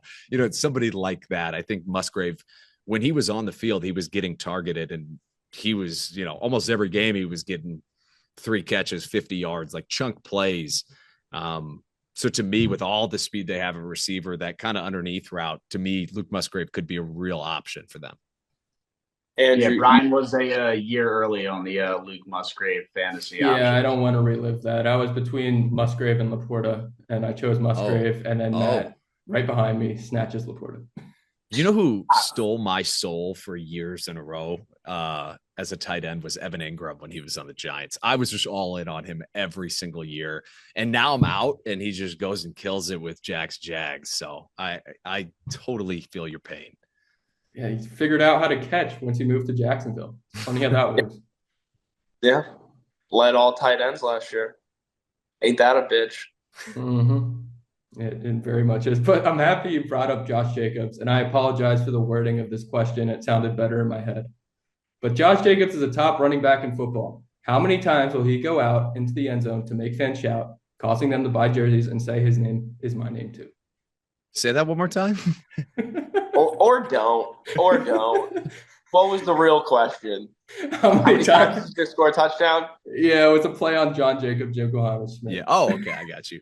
Yeah. How many Lambeau leaps is he going to make? Yeah. I don't know. I think he's going to find the end zone a lot. Matt LaFleur has shown over the years that, I mean, obviously he had Aaron Rodgers and Devontae Adams, so it was a little bit different, but he's shown in these short yard situations that he likes to lean on the run. I would say he's more of a conservative play caller just in that sense. I think generally he would rather, if not establish the run, just run the ball. So I think Josh Jacobs could really find himself in a situation like that. Marshawn Lloyd is already injured, so he could get a big load. Pause. And I think that, I mean, AJ Dillon could maybe find himself back in that. I hope he doesn't touch the field this year. But I think that he could maybe find the end zones maybe 9 times would be a fair number to put it at. 12 would be a good ceiling. 6 would be somewhat of 5 might be a disappointment, I'd say, because they really did. I mean, they're giving him $12 million a year, which compared to how much they're paying receivers is a lot of money. So I think that they need that production out of him. And he's also talked about how he's been reinvigorated by this. Same thing with Xavier McKinney. Green Bay just kind of has this allure. Like nobody wants to live in Green Bay, I think. But if you're a football player, it's a spot where you can just go and forget about everything else and just go and focus on football all the time. And Jacobs and McKinney have both said things to the degree of like, this is why I came here. Like, this is a real organization that has real things going on. Like, it feels professional. It feels like you would think the NFL would feel like. And to me, just all of those things, like these guys are excited to be on this team right now. And that was partially a shot at Brian, but also not a made up quote. So I love that. I love that. You're talking about the New York Giants and the Las Vegas Raiders. I mean, the Las Vegas Raiders, you can kind of understand that they're not all that professional, but the New York Giants, I mean, shit, Brian, I'd hate to be you. There's a lot to unpack in that quote. A former Bama player, a former Giant making fun of the Giants. That's 2 former Bama players. It's tough. Yeah. Andrew, I had just one quick question. We've been talking about Josh Jacobs a lot, and he's, Aaron Jones is not in the building anymore. They bring in Josh Jacobs. Can we expect him to get the same sort of passing work that LaFleur gave to Aaron Jones? How do you think that's going to split up? Yeah, I think he definitely will. I think that Marshawn Lloyd is really, really good in the passing game as well. But if Matt LaFleur has his way, he's going to have a bell cow running back. I think that he wants to ride Josh Jacobs as much as he possibly can and give him the ball as much as he can and find different ways to get it in his hands, especially with the amount that they're going to be attacking the field deep this year. So I think those screens, whatever it might be, are going to be really valuable for the Packers. But more than anything, I think that like they're going to run the ball more than I think people expect them to. Just like you think back of last year, it's like, oh, Jordan Love, blah, blah. It's like, no, they do run the ball oftentimes more than you want them to as a fan, but as much as you probably should if you're, as smart as an NFL head coach. So I think Jacobs is going to be, I don't feel like he's being talked about very much in general. But I really do think he can make a big impact. He's only guaranteed for 2 years. So I think they're going to get as much out of him as they can in these next 2 years and kind of see what happens. Jacobs was super productive for the Raiders. So I think coming to the Packers, LaFleur will be able to, at least utilize him in a productive manner. But, you have the Myles Garretts out there. You have the TJ Watts. I know I already talked about Jaden Reed top 5. Maybe that was a clickbait-esque question, but can Rashawn Gary compete for Defensive Player of the Year? I don't think he can compete for Defensive Player of the Year, but I think he can take a step up. I think that he's continually progressed like you would want a first round pick, a guy that balled out at Michigan, doing all these things. I think a guy a little bit bias wise from the Hawkeyes perspective, but I think when the Packers took Lucas Van Ness in the first round, they thought they were getting a TJ Watt, like this athletic freak who was nicknamed Hercules in college because of just like his physique and like his measurables. I think that that's what they thought they were getting out of Van Ness. And for whatever reason, they gave Van Ness like Like he was only on the field like a third of the time last year. They just like wouldn't have him on the field. Like without fail, he would sack somebody and they'd immediately take him out of the game. So I think they give him more time this year. And I think that helps Gary to your point, because you're going to have more pressure from both sides. And something that Gary has said this preseason is under this new defensive system where it's not a shell. You're not dropping back so much. I mean, outside linebackers are actually attacking the passer instead of, just kind of hanging back or oftentimes standing, not having a hand on the ground. I think that Gary could be the Packers' best defensive player and one of the best pass rushers in the league, especially if Van Ness jumps up. But I don't think a defensive player of the year, as much as I'd love to see that. Yeah, maybe I had a little more optimism than you did there, Andrew. You may have. I feel like he really can take a big step this year. I think so. I mean, I do definitely think so too. And like there was times last year when they would ask, like, why aren't you more productive? And he was a guy that said, without saying, it's like because of the defensive system. Like I can't. And this offseason or this camp, he has more directly said, like, under this system, I can actually do what I want to do, which is rush the passer. So I think that the system and just where he is in his career and the jump that he made last year, all those things would add up to him making a massive jump. And I think he will. The whole Packers defense is going to be really exciting to watch. Jair Alexander, I'm kind of iffy on personally. I'm not a big Jair guy. So that may be the corners, maybe the position where the biggest questions are asked, but partially because the other week he said that he thinks the best two receivers in the NFL are Devontae Adams and Romeo Doubs in that order. So I hope that maybe that means Romeo Doubs is that good. I don't think so, but he's such a head ass, bro. He is a head ass. What was he saying with the coin toss last year? Yeah, that was pretty. He basically he went out as a captain because he's from North Carolina, and he wasn't supposed to be out there. And he basically just said, like, oh, well, they should have known I was from North Carolina. Like, why wouldn't I be a captain for this game?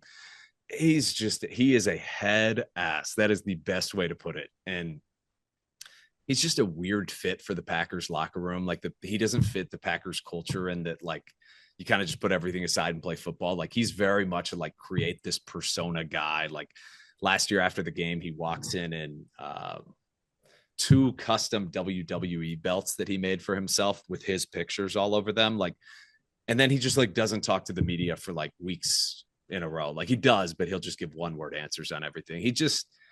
I think he's created this persona for himself. And I think that his best playing days are maybe past him, if not like right on the precipice of being there. He's also the highest paid cornerback, or at least as of last year, maybe this has changed, but the highest paid cornerback in NFL history. And to me, he doesn't really live up to that standard. I mean, he made $17 million last year. Packers receivers make 18. So like, yeah, he did have like that one. Yeah. It's just, I feel like that's just a trend with these elite cornerbacks though, is they are elite for like 1 or 2 years. And then they just hit a freaking cliff. You see it happen to all of them. I mean, one of the guys I love like watching, Jalen Ramsey, like he is just same thing. Absolutely not the same player he once was. It happened to both of the big corners in Miami that they got. I don't know if you guys remember this. Xavier Howard, maybe. Xavier Howard and Byron Jones, is that the other one? Yeah. But when they grabbed them, they both just went downhill the second they got the big contracts, and it's just it's always happening to these cornerbacks. You know, that guys that they say that at the top of the game, you know, they don't stay there for long. Gilmore too. Who was the guy that retired mid-game? Oh, for the Bills. Yeah. He felt it so bad he retired mid-game. Who retired mid-game? Antonio Brown? Yes, but Brian, I can't remember who that was. You're right. He was on the Bills, though. He was good, too. He was good, maybe a little older and like Vontae Davis. Yes. Yeah. That's right. Gosh, that's a great story. And that was like, think about like, I would have quit the Bills mid-game back then. So it just shows you how quick the NFL changes too. Like if he's on the Bills today, he's probably not quitting mid-game. Probably not. But before we pick our over-unders for the Packers, although I feel like I know how at least Andrew is going to pick here, I have to pick on you. I have to pick on your Iowa Hawkeyes. Yes, please do. So what will be the higher number in week 1 or maybe week 2 for Iowa? The Packers' total points against the Eagles or Iowa's total first downs against Iowa State? That's a good question. Probably give me the Packers points, honestly. I'll tell you this. So again, there's all this excitement. Finally, the Packers the Hawks get rid of Brian Ferentz, who was completely just incompetent and just, I don't even know what else I can say about him. But, you bring in Tim Lester. I think he's from like Western Michigan, and, you don't know what you're getting. You have Caden McNamara back, who, say what you will about him, did it on a great team, but he led a team to the college football playoff. Not saying it's the same thing, but like Iowa doesn't have guys that even have that capability. So I'm not saying he did that. There's reason for excitement. And then in their scrimmage at fall camp last week, Cade McNamara goes 8 for 21 for like 33 yards or something like that. No touchdowns and a pick. And after the practice, they asked Kirk Ferentz, like, is this normal? Is this like generally how he plays? And he was like, yeah, that's about what we've been seeing. So I would take the Packers points. The Hawks are going to be elite defensively like normal. I'm hoping that maybe they can take a step forward on offense. But again, Kirk Ferentz gives you no confidence. He said at Big Ten Media Days, he was like, I think we could possibly have a competent, like I don't think competent was the word, but something similar to that offense, as in like our offense isn't going to be god awful this year. And the Hawks are in for it this year. And honestly, just like getting rid of the divisions in the Big Ten West or in the Big Ten screws teams like Iowa and screws teams like Wisconsin. Like it's just not going to happen for a while unless a lot of things change. Yeah, that's exactly what my next question was going to be, was about the addition of, USC, the addition of Oregon. It puts them that much more down, I guess, the totem pole on going for a Big Ten championship. So, Andrew, I was just going to say, when are the Hawkeyes going to win a Big Ten title? I think that just put them, further down the future. So I'll tell you this. They actually were the Big Ten champions in 2021 and 2023. They will be at least in a couple of weeks when Michigan's titles get vacated because of all of Jim Harbaugh's stuff. That would be my take. Yeah, but it's going to be a while. I mean, Kirk's not going to be there anymore. I guess he has 5 years max left. And that, as much as I love Kirk, may be the best thing for the program. Like you look at a Wisconsin, like I think you kind of have to make the shift, even though it hasn't worked well to this point. Like Wisconsin is the winningest program in the college football playoff era. They're the winningest program to not make it to the college football playoff. And even with that, they get rid of their coach, Paul Chryst. They bring in Luke Fickell, who had taken Cincinnati to the college football playoff. And like going to that new age of college football with a younger coach who is more progressive on offense, who likes to actually pass the ball and isn't just going to, pray that you can win the Big Ten West and, potentially maybe, put up a couple points against Michigan or Ohio State. Like you're looking 10, 15 years down the road. I would think personally, because even when you're getting to the Big Ten championships games in 21 and 23, like there's no chance. You just need to evolve. Like it's enough to win 8 games. And I think that Iowa has one of the easiest schedules in the country this year. And honestly, I'm not saying this just because I kind of am, but like there is like a 4% chance that Iowa ends up in the college football playoff, not because they're good. That's not what I'm saying at all, because they have one of the easiest schedules in the entire country. Like I think they play Ohio State and Oregon and Washington. And outside of those 2 games, like they're basically all winnable. Like they could very well end up 10-2 and still not be good, but end up in the college football playoff just because their defense is that elite. So I think you're looking a pretty far way down the road, but you don't have to win your conference to get into the college football playoff, which benefits the Penn States and the other teams of the world. But for Wisconsin and Iowa, I think it's going to be pretty far down the road until that happens. Yeah, the metaphor we've been making with, I guess you would call it Mickey Mouse conferences, since the Celtics kind of ran the East in the NBA playoffs, but We did it with the Olympics too. The U.S. had the Eastern Conference, and the other countries had the West. But yeah, Wisconsin and Iowa's East just got ripped out from under them.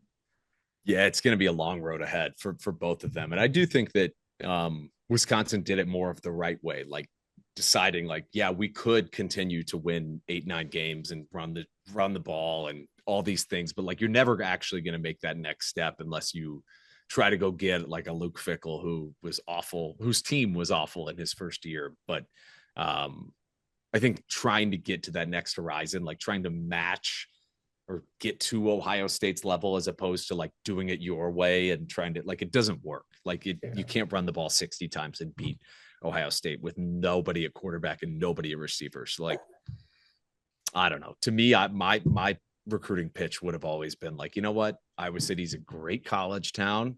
We have one of the best offensive lines in the country. Just like go get running backs. Just get like pull a 5-star or pull a 4-star out of Texas or Florida or California or something. But it just never happens. And I don't think it's gonna until Kirk's gone, as much as I love him. So it's a dark road ahead for the Hawks.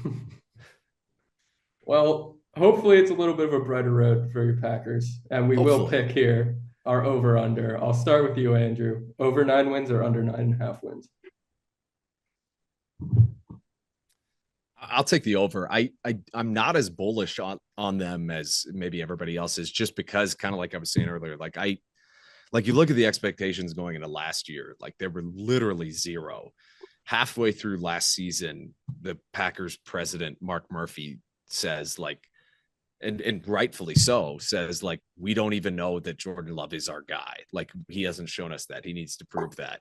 And Jordan Love was maybe the second best quarterback in the NFL in the second half. It was fantastic in the playoffs, but like, are we just assuming he's jumping right back to like what he was? Like there's a year of tape on him that wasn't there before. Like there's a lot of question marks. So putting all of the expectations on them does kind of change things. And they were a team that kind of rode that, like, we have no expectations. Nobody believes in us. You know, we're going to use that as motivation. Like it's totally different this year.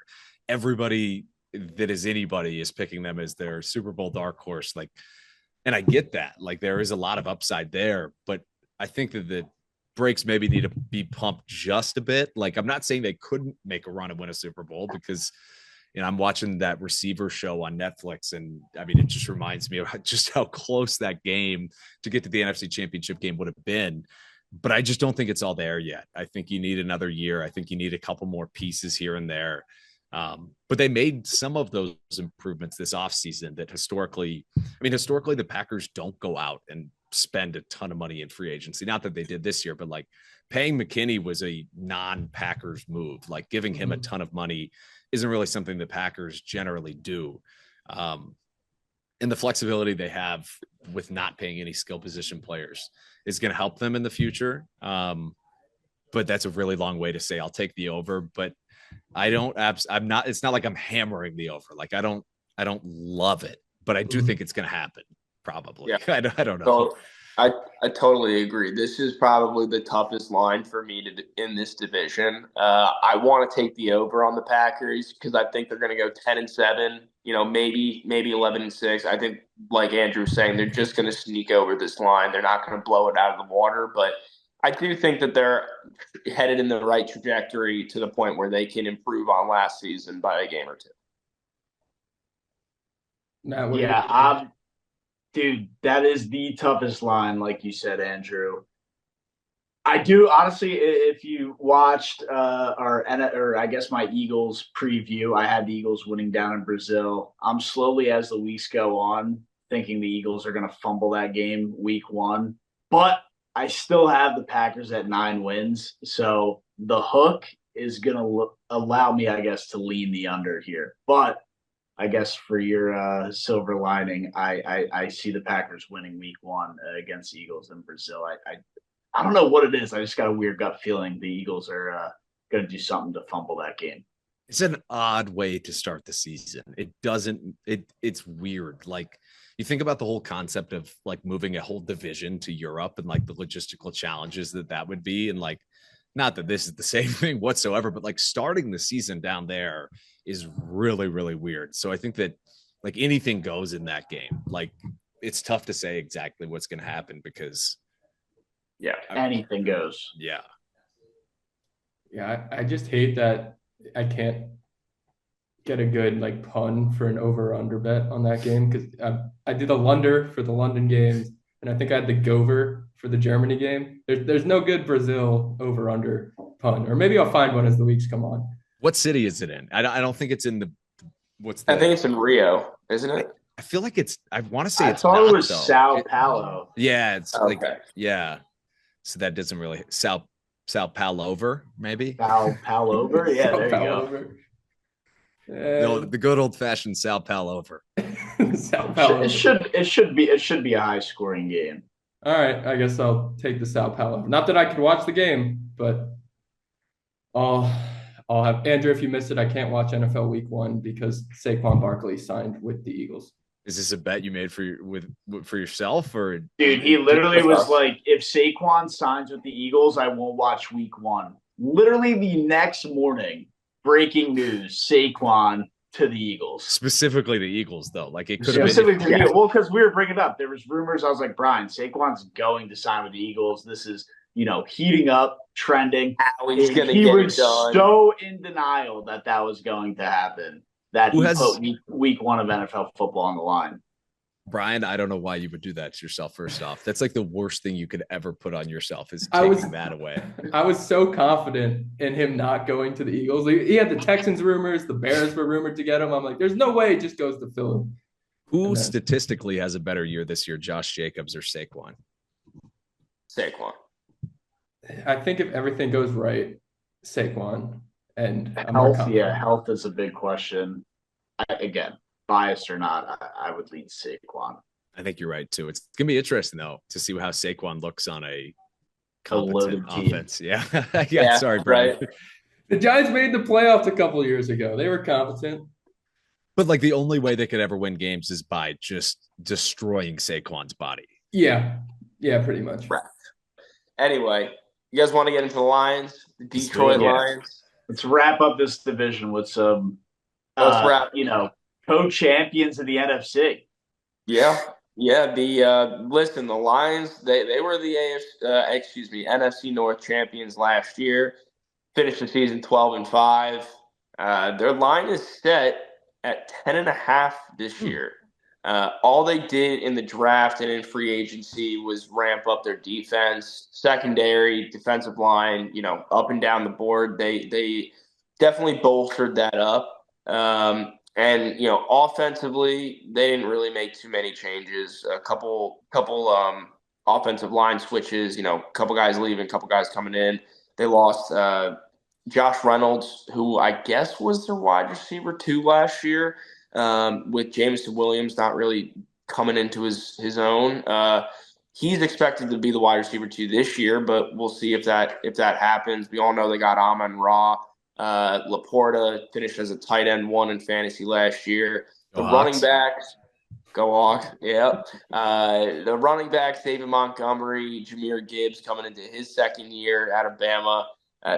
They have weapons up and down the board. Those 4 guys that I just named, they're going to be the big 4, quote unquote, and it's all put together by Jared Goff, good old Jared Goff, and our spirit animal Dan Campbell leading these boys at the helm. So I think we all love the Lions. We were all in on the Lions last year, kind of like America's team. Yeah, I think we can all say that. No one likes the Cowboys here. So, any initial opinions on the Lions before we get into the rapid fire questions, for this year? Yeah, I think the Lions are good. There's no question about that. My only hot take, and I'm not saying I agree with this or believe it, but an avenue that could potentially happen is, and I love the aggression out of Dan Campbell. There's nobody in the world I love more than Dan Campbell in general. But the thought starts creeping in your head, like, even though Dan Campbell and Brandon Staley could not be more opposite humans, like, you saw what ended up happening to Brandon Staley. Like, he just keeps going for it and going for it and going for it. And it just like makes the locker room weird. Like, it's like, what the hell are we doing? Like, why? So if that coin ever did flip, like if a couple games go the opposite direction because he is too aggressive instead of that panning out for them, to me, that would be kind of a hot take to watch for, but I think the Lions are going to be good. You're not worried about them still having that motivation to get it done for the first time in a long time because you have a guy like Dan Campbell who could, get a bag of rocks fired up. But to me, I think the Lions are going to be good. I'm not going to tip my hand on my under/over pick, but I don't know that it'll align with me saying they're that good. I think that, to me, I'm a little bit hesitant on the Lions this year. I think they could make it back to the NFC Championship game, but to me, they may take just the smallest, tiniest step back. Okay. Well, before we get into our over-under, let's get into some rapid-fire questions. Who leads this team in touchdowns this year? Obviously, we're not including Jared Goff, but receiver, tight end, running back, who do you guys think leads this team with touchdowns? Ooh, that's tough. I want to say Jahmyr Gibbs, but David Montgomery is going to be on the field a lot. No, I'll go with Jahmyr Gibbs, and I hate we're giving so many Bama players love in this, but I guess that's just the state of the NFL. Yeah. But yeah, Gibbs got more work as a runner as the season went on last year, and like you mentioned, they kind of lack wide receivers, so that I could definitely see him lining up as a receiver a lot more. He's going to lead the team in touchdowns. It's the fantasy tale as old as time, the vulture. David Montgomery is going to vulture so many touchdowns this year for the Detroit Lions. I could see him totally leading this team, just strictly on that factor stat or whatever you want to call it. I think Montgomery gets in a bunch just from the 5-yard line and in. He's going to get in the end zone a bunch. Here's a stat for you. You may have seen this today, but do you know who has the most passing yards in the NFL since 2017? Jared Goff, because we're talking about the Lions. Jared Goff, more than Patrick Mahomes. That's incredible. Wow. Just kind of an aside stat, but bleeding into that, I'm going Amon-Ra. I don't know if he was allowed. I don't know if you were just talking about running backs, but I would go Amon-Ra just as a whole. To me, he's a guy that just has so much upside, such just like a beast on and off the field. Interesting. You know about his dad? I feel like everybody does. Yeah. Mm-hmm. But just an interesting dude. I think that he's so good. I think it's Amon-Ra, but it's exciting. You see what Laporta is going to do this year too. If he could do 3 or 4 years ago, there was this notion that rookie tight ends couldn't do anything in the NFL. But it feels like that has flipped in the last year or two. They really are producing in their first year, and Laporta is the perfect example of that. Yeah, well, it's funny you say that because I remember when Kyle Pitts came in, he had himself a 1,000-yard season, and everyone was hyping him up look, the mold is broken, and we know how Kyle Pitts has fared since then, whether you want to say that's his fault or not, but since then, we've had Laporta come in, rookie season, posted as the tight end 1. Kincaid, as a rookie last year, had a good year. And then this year, you have Brock Bowers coming in, who is arguably a better prospect than the whole lot that I just mentioned. So, we could see him have a big year. So I'm with you, Andrew. I think the whole narrative that rookie tight ends don't produce, I think everybody should have that thrown out of their minds by now. For sure. Theo Johnson. Theo, is that the Penn State guy? Yeah, Giants guy now. Yeah, whatever. Yeah, everybody's talking about him. Everybody's talking about Theo Johnson. What is he going to do this year? We don't even know his name. Yeah. Right. Keeping us on track, in this division. But on talking about tight ends, do you guys think Sam Laporta repeats as the fantasy tight end 1? He's got a good shot. No. Kelsey's going to retake the throne. The Chiefs added Worthy. They added Hollywood. That's going to open up the middle of the field for Kelsey. He's going to have 110 receptions this year. I'd say yes. I would say Laporta does repeat as the tight end 1. The tight end position in fantasy, just in general, is so much more interesting now. It feels like same thing 3 or 4 years ago. It was well, if you don't have Kelsey and you don't have Mark Andrews, you're basically Kittle, you're basically screwed. Whereas now, it feels like you could field a 10-team league and everybody could have a somewhat viable tight end. Whether he's Travis Kelce or not is a different point. But I think Laporta could very well be And Kittle, I mean, you never know what he's going to do. Just anytime you can mention more and more Hawks, you just do it. Yeah. Kittle, Hawkinson, Laporta, you get all your boys in there, I'm sure. Absolutely. Noah Fant. Don't sleep on Noah Fant now. Where's he? Is he still with the Broncos? They got our offensive coordinator from our Huskies now. Oh, he's with Seattle, isn't he? Yeah, I believe so. Yeah. All right, so I guess Andrew thinks he can. Matt's saying yes. Brian's saying no. It's gonna be Travis Kelce. I'm gonna be different. I'm gonna say it's Mark Andrews. If that mother effer can stay healthy, he should be number one. But health's always a big question with all these guys. So, well, to Andrew's point, there's a lot of guys who could be there. I would go out on a limb and say Dallas Goedert has a shot to give somebody a run for their money. Brian dumps his head down. Brian, you don't even know the name of your tight end. I just said Theo Johnson. I thought it was Daniel Nobody Bellinger. else does. It probably will be Daniel Bellinger. Right. Is Dallas Goedert going to be the number one tight end? Probably not. But he's athletic. He's been very viable and a guy who, okay, maybe he's not number one. He can fight for a top 2, top 3 spot. So just more adding to Andrew's point, you can field, a 10-team fantasy roster with viable tight ends now. We didn't even talk about Dallas Goedert in that whole dialogue. It's true. Well, I was going to say, Matt, Dallas Goedert, believe it or not, is going outside of the top 10 tight ends right now. Because he's not that good. I think he's pretty good. But is that because he doesn't find the ball like Jalen Hurts has other targets? I mean, dude, Goddard is extremely athletic, explosive, can block in the run game. To say he's not that good, I think is – We're talking fantasy here. He's not that good in fantasy. He's a decent player. He's been solid in fantasy, though. He's a good player, Brian. Let him have his flowers. Dallas Goedert is a good player. You can't rely on him for a full season, fantasy-wise, just to be healthy. Yeah. Right. But I agree. He is a freak. Just as a tight end in general when he's on the field, I would agree. It also feels like he's a little past his golden years, if you would ask me.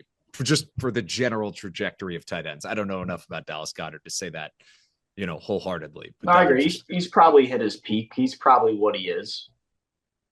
But still good. All right.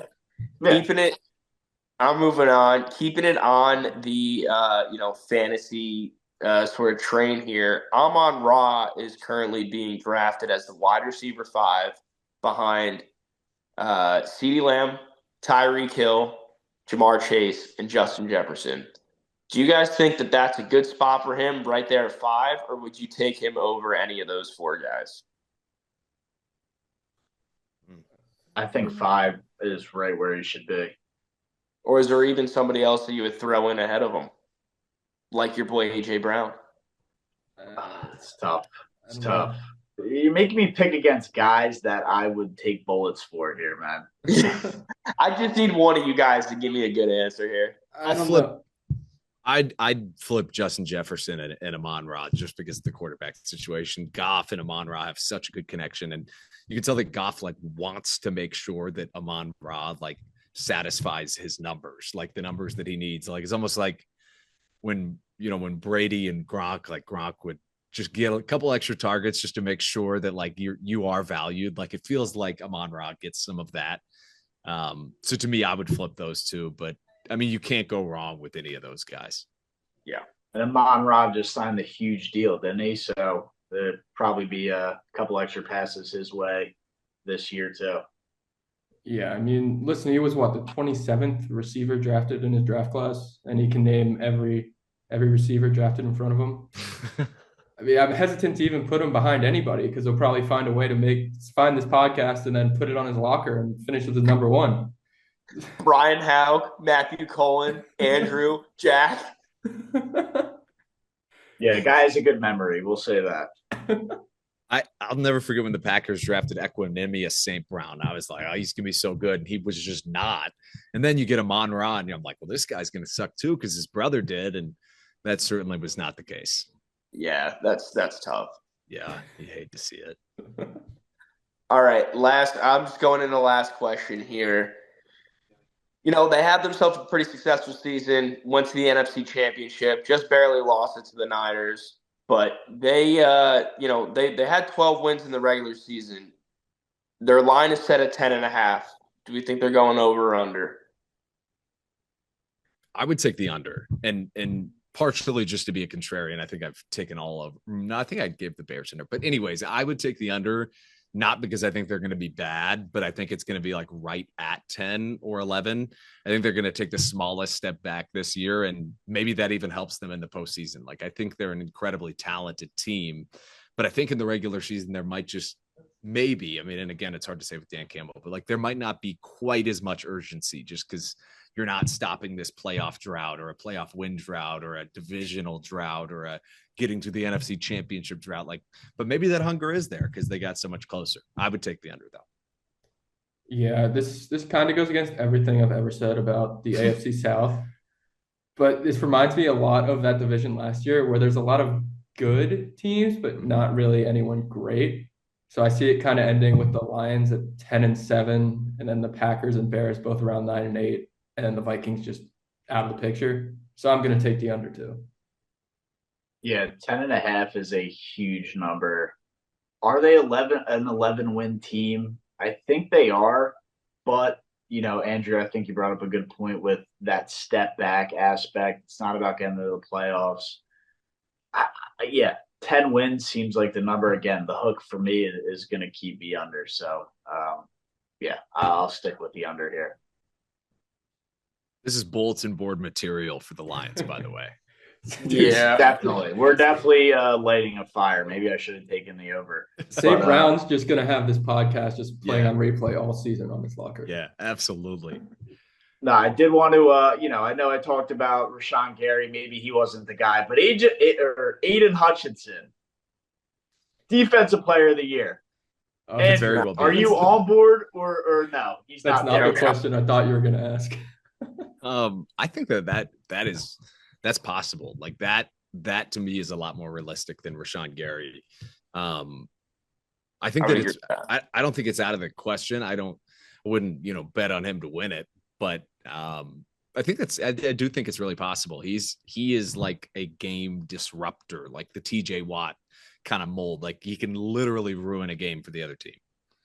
Yeah, Jack doesn't want to hear that because his team passed up on it in the draft. No. Listen, I hear what Andrew's saying, and I can appreciate his sentiments about Hutchinson, and he's had his flashing moments, but I can't go that far. He's no T.J. Watt, Myles Garrett, Aaron Donald. He's no Josh Hines Allen. Like he's not disrupting.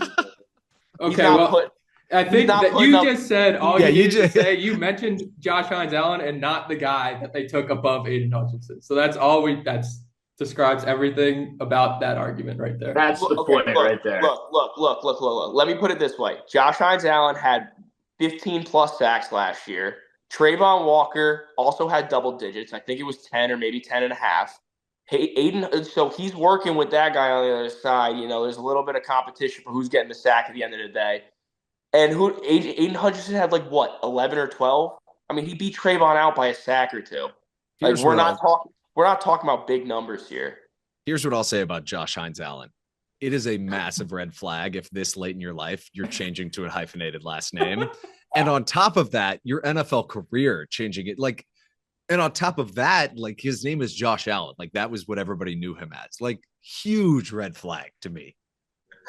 I honestly couldn't agree probably more. Taken one too many hits to the head, so you're probably right, Andrew.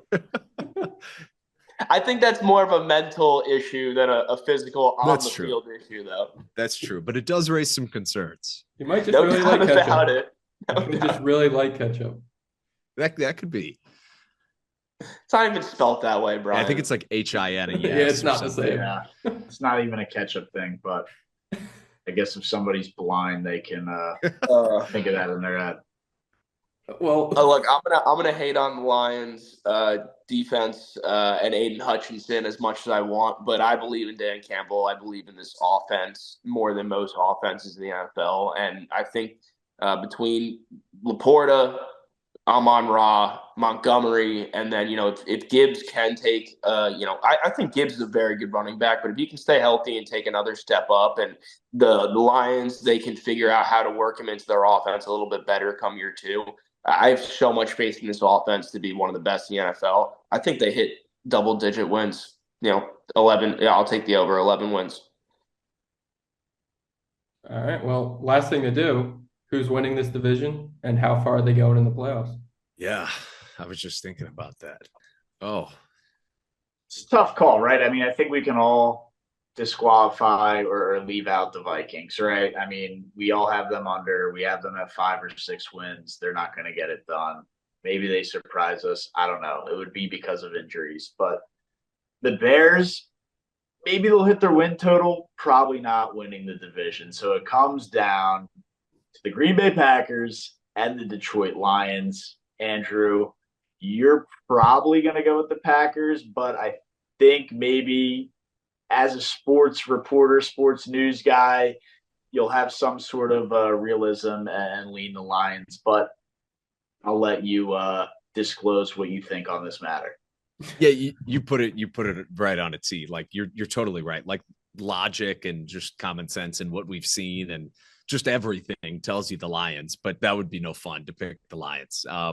Like if I was putting money on it, I would maybe lean towards the Lions, but like I also don't think it's crazy at all to say that the Packers win this division. Like as much as I was talking about earlier, like how bad they looked in the first half last year, like if they can look like they were in the second half last year, all of this next year, like they won 5 straight, they beat the Chiefs, they're doing all these things in Jordan Love's first year. So I don't at all think it's outrageous. With that being said, if they do win the North, which that would be my pick, it's going to be by a game. Like it's going to come down to that. And it's going to be harder too, to lean on the Bears being your last game of the year and basically a guaranteed win when the Bears are probably a little bit better. So I'll go Packers, but you're right. The common sense. And I think that it makes more sense to go Lions, but how could I not say the Packers? Yeah. I don't fault you for that at all. Not at all. Not at all. I'm going to give you guys the Lions. I think, like I said, their offense was amazing last year. Not too many changes this year. I think they're going to be a stout team again. And then on the defensive side, all they did all offseason was add to the defense. So if those pieces can come together, this team can go right back to an NFC Championship and maybe Super Bowl. Yeah. I mean, listen, we kind of talked about it already, but if I'm going to try to find value in a division, I'm going to think about if everything goes right for each team. And if everything goes right for each team, I think there's value in the Chicago Bears winning this division at plus 340. So that's going to be my pick. Well, I wish I cut you off, Brian, because I was going to be different. I was going to be fun. I'm not putting my rent money on this pick, so I will take the Chicago Bears because, one, you can find value there, and I've been finding value in all these divisions. You know, Andrew, I don't know if you've seen, I guess, what was it, our AFC South preview. I'm all in on the Indianapolis Colts this year. I'm sure there's a lot of talk out there in the Midwest about them, but plus 320, I think they have huge odds to win that division. I'm sure the Chicago Bears have some decent value, maybe a parlay there, but I'll take the Chicago Bears to win the division just for the value. What are the Vikings to win the division? Like what's the somehow only plus 800. Really? I thought it would be 4 figures or 4 digits. Yeah, I thought it'd be like plus 1,400, especially with the quarterback loss. But I guess maybe people are even higher with Darnold. Yeah, maybe they like Darnold better. Just for the, asking for a friend, what are the Bears odds? 340. 340, okay.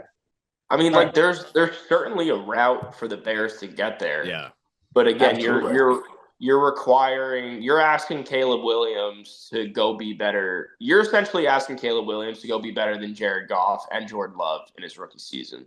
And did you watch that preseason game yesterday? Because I did.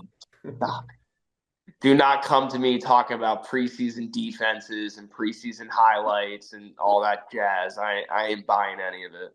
That's the only thing. Make a pick, I got to stand on it. The only thing you see out of the preseason is how they want to try and use certain guys in the offense. And okay, so does the Daniel Jones pick 6 just not count then? We're just going to forget about that play? Oh, no, it counts. Brian, if that'll help you sleep tonight, sure. Yeah, the pick 6 that Daniel Jones threw in the preseason doesn't count yet. Yeah. Here's the deal, though. It doesn't have to count because he'll make up for it plenty in the regular season. He'll give you plenty more of that. That's fair. How do you do that? Like, how does it? Like, oh my gosh, how does that happen? I'm I sorry, say that to Brian. myself like 10 times a game when I watch the Giants. Just how does that That's happen? fair. Yeah, that's fair. At least you'll get a break in week 1. At least I will. But that's the NFC North. And Andrew, thank you so much for coming on. Before you get out of here, I want your prediction. Wisconsin, Iowa, wins, losses. What do you got? Yeah, so I think Iowa wins 9 games, and I like that sounds crazy, but again, if you look at their schedule, like it makes sense. Like it's gonna like once these other Big Ten teams start rotating in, like they don't have to see the USC's this year, and like I think they get Washington, but not Oregon. They get UCLA. It's a really favorable schedule. In fact, I saw the other day that like Iowa and Cincinnati are the only 2 teams in the country that only play one ranked team, like one preseason ranked team. So I think Iowa could legitimately get to 9-10 wins. Wisconsin, on the other hand, they're going to be better this year than they were last year, but they might have less wins still. I think Wisconsin went like 7-6 last year with their bowl loss, and they have a gauntlet of a schedule for the Big Ten's sake, and for a team that's used to playing Big Ten West. They have a non-conference against Alabama week 3. And that is horrific as is. They get Oregon, they get USC, they get Penn State. Jeez. Yeah, that's not great. That is a gauntlet. Yeah. So for and they get Iowa too, which I think Iowa probably wins that game. It's just a weird spot for Wisconsin too. They just keep kind of having these like 1-year quarterbacks. Last year they got Tanner Mordecai out of SMU. This year they get Tyler Van Dyke out of Miami for 1 year. And like, it's just hard to build a program that way when you just have guys that are just like rentals for a year. And maybe that's the new direction of college football, but it really is. That's the age of the portal right there. It's tough to beat that now. It is. I would say that Iowa wins at least probably 2 more games than Wisconsin does this year. And again, Wisconsin is going to be better this year than they were last year, but they just don't have whatever it was that Luke Fickell was cooking up at Cincinnati, getting them to a college football playoff. Like that very well could happen here, but it's not going to happen this year. They're just not going to be that. And their schedule is way, way, way too challenging. Like you're losing to Oregon, you're losing to Alabama, you're probably losing to USC, you're probably losing to Penn State. Yeah. Like you're likely-ish losing to Iowa. I mean, even on ESPN today put out like their projected things, like they have Rutgers beating Wisconsin at Rutgers. So like they could very well have a good year and go 5-7. Like it wouldn't be surprising at all. So I would be bullish on Iowa and a little bit more bearish on Wisconsin this year, just because of the schedules. Andrew, real quick before you hop on, not sure if you've given it much thought. Unofficial, we'll call it unofficial. Who's winning college football this year? Ooh, yeah, I haven't given it a ton of thought. Way too early pick, I guess we can call it. I mean, there's some teams that are like up there that I can just rule out for me. I don't think Bama is going to be as good just because it's a weird transition year. And I feel like that's just an easy thing to say. Like, who knows if they really will be. It's a tough future to pick right now. Yeah, it really is. Ohio State would be a popular one, but I would not bet on Ryan Day. Like, I just wouldn't.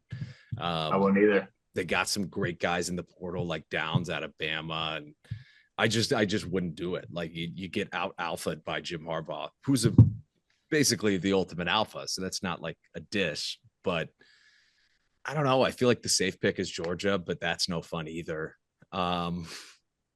Maybe I'll go Oregon just to like mix things up, even though I really don't think it's necessarily going to happen. Like I might go Oregon just because they've got the talent at receiver. They've got the quarterback. They could be a fun team maybe. So I'll go Oregon just as a crazy pick. It'd be the most Bo Nix thing of all time for them to win after he left. It really would. Certainly would. Yeah, no, that's funny you say that, Andrew. Oregon and Ole Miss are my 2 fun dare I say dart throws, because they're not necessarily dart throws, and it's kind of funny that they got Jackson Dart and all that. But like I kind of got, just when Matt asked that question, those were the first two teams that came to my head for some reason, and I guess I'm kind of riding Oregon with you there. For me, and I'm not even unofficial pick.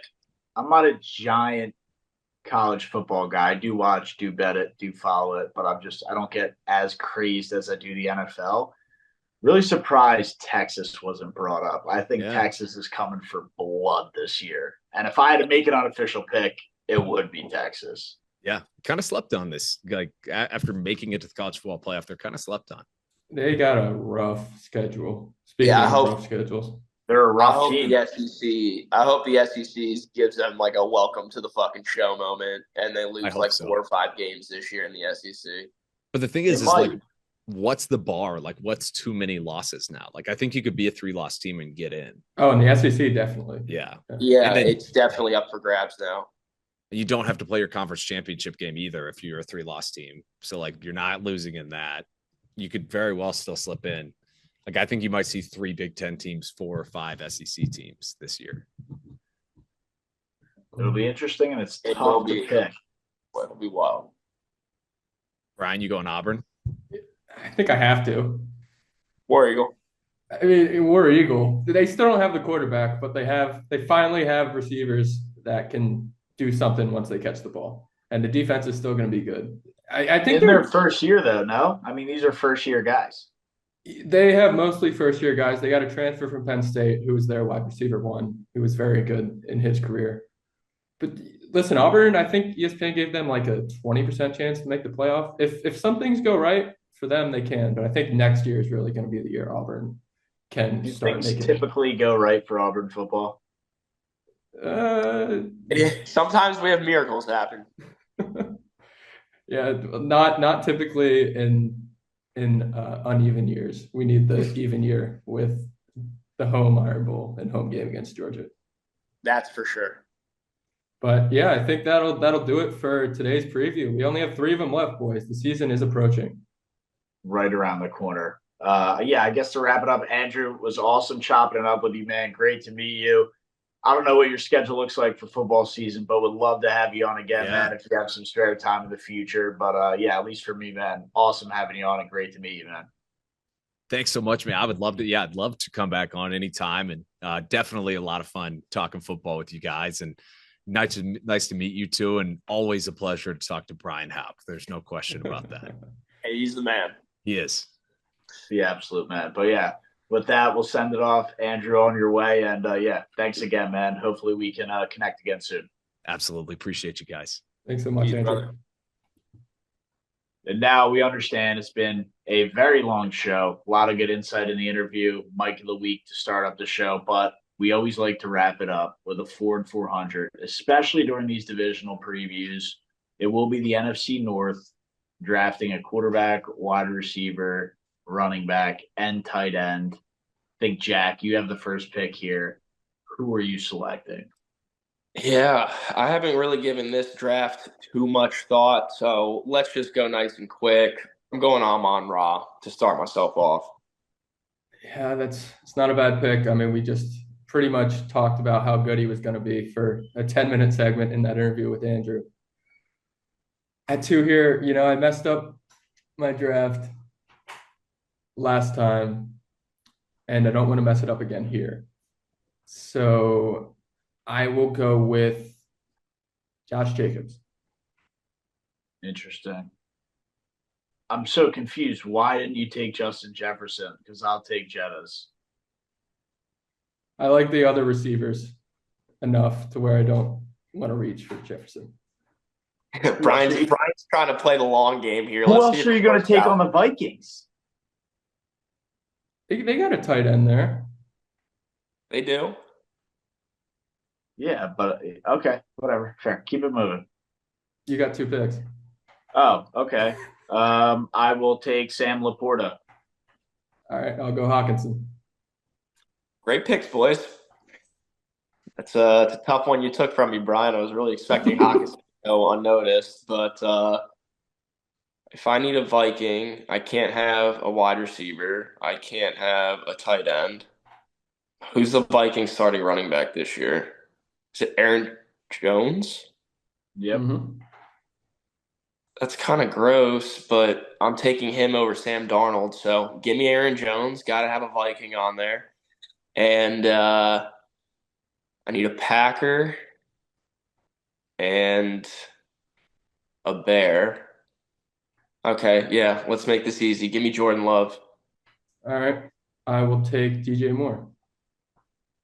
I will take Caleb Williams. So that leaves you with the running back on the Bears, Swift. No, running back on the Packers. Oh, you got Marshawn Lloyd. Huge breakout candidate this year, by the way. Yeah, Andrew was saying great things about him. Yeah, that's how I structured my draft. Yeah, Brian taking Josh Jacobs from you is kind of a tough one. Yeah, second overall. Yeah, so tough. I'm going to go Jared Goff, the leader in passing yards since 2019. I think he said 2017. 2017, even better.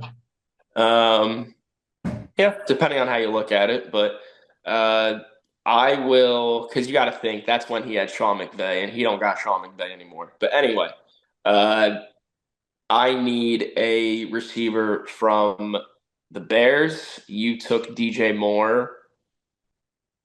Do I want to go with the young gun Rome, or do I want to go with the GOAT Keenan Allen? Give me the vet, bro. I'm going Keenan Allen. Mr. You want to call Mr. Keenan Allen Mr. Irrelevant? Sounds good to me.